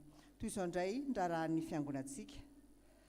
Araka ny toroaten'ny fiangonana dia ho tanterahina amin'ny alahady 5 Jolay eriny anio ny alahady hitondranam-bavaka ny ray aman-dreny mpitandrina Dr Rakotsavy Mikaela Mianakavy. Efa nisy ny valopy nozaraina mahakasika izany etsika am-bavaka ny fotoana rehetra. Araka ny efa fantatsika ihany koa ry havana dia manana ireo mpitandrina amin'ny zadra rahatelo sika izay avoaka amin'ny faran'ny volana Jolay ho avy izao, koa manentana antsika mpianakavy ny finoana rehetra amin'ny fanohanana azy ireo. Afaka manantona avy hatrany ao amin'ny braon'izy ireo na mandalo amin'ny braon'ny sekretariat manolotra izany fanohanana izany. Araka ny antso izay efa natao ihany koa dia antsoina ny tompony andraikitry ny sampana sy ny fikambanana rehetra eto amin'ny chapelle militaire Bahibe ho tonga natrika ny fiofanana izay hoentin'ny mpandini-bola ny fiangonantsika. Atao izany ny sabotsy 4 Jolay ho avy izao manomboka amin'ny 7:40 minitra maraina, manantena ny fahatongavantsika maro. Aorian'izao vaovao izao dia andray fitenenana ny ao amin'ny braon'ny fiangonana. Avy amin'ny sampana VFL anatanteraka vokatra ankira any amin'ny FJKM Manjaka Ilafy ny VFL anio tolakandro. Ny fotoana iaingany eto am-piangonana dia amin'ny 2 ora sy sasany. Mamangy namana manana fahoriana isika rehefa vita ny vokatra ankira. Avy amin'ny komity sosialy isaorana ny tompo fa totoso soamatsara ny asa sosialy ny arahana tamin'ny sampana sekoly alahady izay natao ny 20 Jona lasa teo. Isaorana toraka izany koa ny mpitandrina ny braon'ny fiangonana sy ny sampana rehetra, ny sampanasa ary ny fikambanana sy ny kristianina manontolo na fohy vola mikarena ho andreo avantsika ireo. Makasitraka indrindra tompoko. Sampana sekoly alahady misaotra an'Andriamanitra lehibe fa totoso soamatsara ny fanadinana nataon'ny sampana sekoly alahady andro amin'ny maraina. Ho andreo izay tsy mbola nanatitra noty dia omena ny ando rehefa mirava. Ho andreo izay mbola hanao fanadinana kosa anio hariva dia amin'ny 2 ora sy 5 ny fahatongavana eto am-piangonana. Izany dia ho an'ny klasy K6B, K7B ary K8B. Miverina ny ratsana tanketsa anio hariva amin'ny 3 ora tolakandro. Ampatsahivina ihany koa isika mpampianatra fa mivory isika amin'ny alahady heriny anio 5 Jolay amin'ny 7 ora sasa-maraina ao amin'ny akany Somiampita. Avy amin'ny sampana Safif alahady faha-4 anio misy ny asa sy fampaherezana rehefa mirava ny fotoana. Avy amin'ny sampaty misaotra an'Andriamanitra isika noho ny fandaharany na ahafahantsika nanatanteraka ny fanekena mampiandraikitra nataon'ireo cheftaine 3 mirahavavy. Aorian'ny fotoam-pivavahana dia mahafaly azy ireo ny manasa ireto manaraka ireto hiara-paly aminy ao amin'ny sous-sol ny mpitandrina rehetra ombambady avy, solotena 3 avy amin'ny braon'ny fiangonana, ny filohan'ny tarika 3, ny filohan'ny sampana, ny sampanasa ary ny fikambanana eto amin'ny fiangonana. Ho tanterahina anio aorian'ny asa sy famparezana ihany koa ny fisarihana ny loka toana skoto koa saina isika hiatrika izany. Mbola afaka manjifa ny tapakely momba izany sika mialohan'ny fisarihana koa manentana antsika andray anjara amin'izany.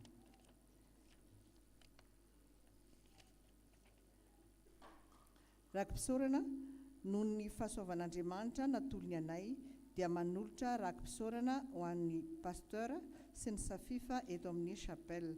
Fa Andriamanitra tsy mba tsy marina hanadino ny asanareo sy ny fitiavanareo. Hebreo 9:10 tapany A.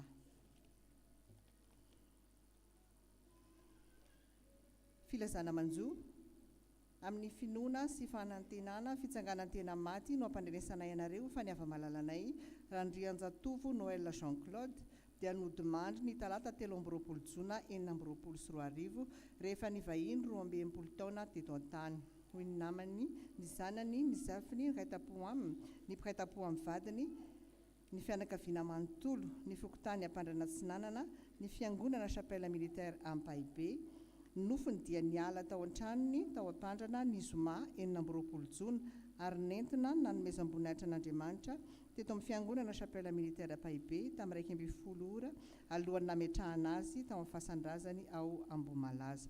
Ilaozy ny zanakao Kambody fa izao no amelona azy ary ao ka izao nidiko ny vadinao mpitondra tena. Jeremia 7:20 ny andininy 1:12. Ny famangin'ny fiangonana dia efa tontosa. Amin'ny finoana sy fanantenana ny fitsanganantena maty no ampandrenesanay ianareo fa ny ava-malalanay Rahary Malala ny aina Ester dia natsony ray odiny aminy ny alakamisy 15 Jona 2024 rehefa nivahiny 20 taona teto an-tany. Hoy ny vadiny Rabe Manantsoa Victor, ny zanany Rabe Manantsoa Tsiriaga Andry ny aina sy ary nirina mianadahavy, ny zafiny ny zafiafiny ny raitapo aminy ny raitapo amin'ny vadiny, ny fianakaviana manontolo, ny FJKM Ambintso fitahina, ny FJKM Atanety fitahina, ny FJKM Andrarezina. Nofiny dia niala tao an-tranony tao tsara honenana ny sabotsy 17 Jona 2024 ary nalevina tao tsara honenana ihany tao aorian'ny fampifavahana izay notanterahana tao amin'ny FJKM Ambintso fitahina. Jehova ny nanome ary Jehova ny nanaisitra isaorana niny anaran'i Jehova. Joba 1:1 1:20. Ny famangin'ny fiangonana dia ho tanterahana rehefa eto an-toerana ny fianakaviana. Amin'ny finoana sy fanantenana ny fitsangana amin'ny tena maty no ampandrenesanay ianareo fa ny ray malalanay Ramorasan Edmond dia natsony ray odiny aminy ny 19 Jona 2024 rehefa nivahiny 17 taona teto an-tany. Hoy ny vadiny ray Lialmanana Elizabeta, ny zanany Razafindrabe Rindra sy Anitra mianadahavy, ny zafikeliny ny zafiafiny ny raitapo aminy ny raitapo amin'ny vadiny, ny fianakaviana manontolo, ny fokotany Ambomirary, ny fiangonana METM Efraima Ambomirary, ny fiangonana FJKM Anjepy Vavolombelona. Ny nofiny dia hiala ao an-tranony lo 2E9M Ambomirary ny alatsinainy 17 Jona 2024 amin'ny 10 ora sasa maraina ary hoentina hanomezam-boninahitra an'Andriamanitra ao amin'ny fiangonana METM Efraima Ambomirary alohan'ny ametrahana azy any amin'ny fasan-drazany Ambodivona Anjepy. Jehova ampafantaro ny farako ao ary izay ohatry ny androko aoka ho fantatro fa olon-kandalo ao. Salamo 7:30 ny andininy 4. Ny famangin'ny fiangonana dia ho tanterahana ao aorian'ny fampifavahana anio maraina. Taratasy fisaorana, ilaozy ny zanakao Kamboty fa izao no amelona azy ary aoka izao nidiko ny vadinao mpitondra tena. Jeremia 7:20 ny andininy 1:20. Noho ny fodiamandry ny ava-malalanay Randrianjatovo Noël Jean Claude, ny zanany, ny fianakaviana manontolo dia maneho fisaorana feno ny mpitandrina sy ny mpitandrina amin'ny Zadrara eto amin'ny chapelle militaire Ampaibe, ny biraon'ny fiangonana ny sambana velona rehetra, ny mpiara-mivavaka rehetra eto amin'ny chapelle militaire Ampaibe ary ireo rehetra tonga ny dododo nampionina sy nampahery ary indrindra ny tondram-bavaka anay. Andriamanitra ny fiadanana ny amaly fitianareo, mankasitraka indrindra tompoko. Ny fianakaviana dia nanolotra fararakitra ho fanohizana ny asan'ny fiangonana. Fisaorana Ubi Voangy. Jesosy Kristy tompony amaly fitianareo, izy ilay efa nampanantena fiainana ho an'izay rehetra mino azy. Ny fianakaviana dia nanolotra fararakitra ho fanohizana ny asan'ny fiangonana. Fisaorana Andriamatoa Rajoelson Eris Micheline ny zanany ary ny fianakaviana manontolo dia manao etoana ny fisaorana ny mpitandrina amin'ny vady, ireo mpitandrina amin'ny Zadrara, ny biraon'ny fiangonana, ny sampana velona rehetra sy fikambanana eto amin'ny chapelle militaire Ampaibe, ianareo mpianakavy finoana rehetra izay tonga ny dododo sy nampionina ary ny tondram-bavaka anay tamin'ny fidimandry ny reninay. Tsy ho voavalinay fianakaviana tompoko nataonareo fa ilay Andriamanitra manankarem-pahasoavana ny amaly fitianareo, misaotra tompoko. Ny Ny fianakaviana dia nanolotra fararakitra ho fanohizana ny asan'ny fiangonana.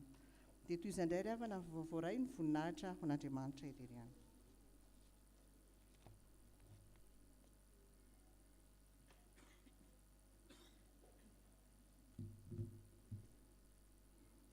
Miarabantsika amin'ny anaran'i Jesosy Kristy Tompo. Mahay ny zavatra rehetra ho amin'ilay mampahery ahy, Filipiana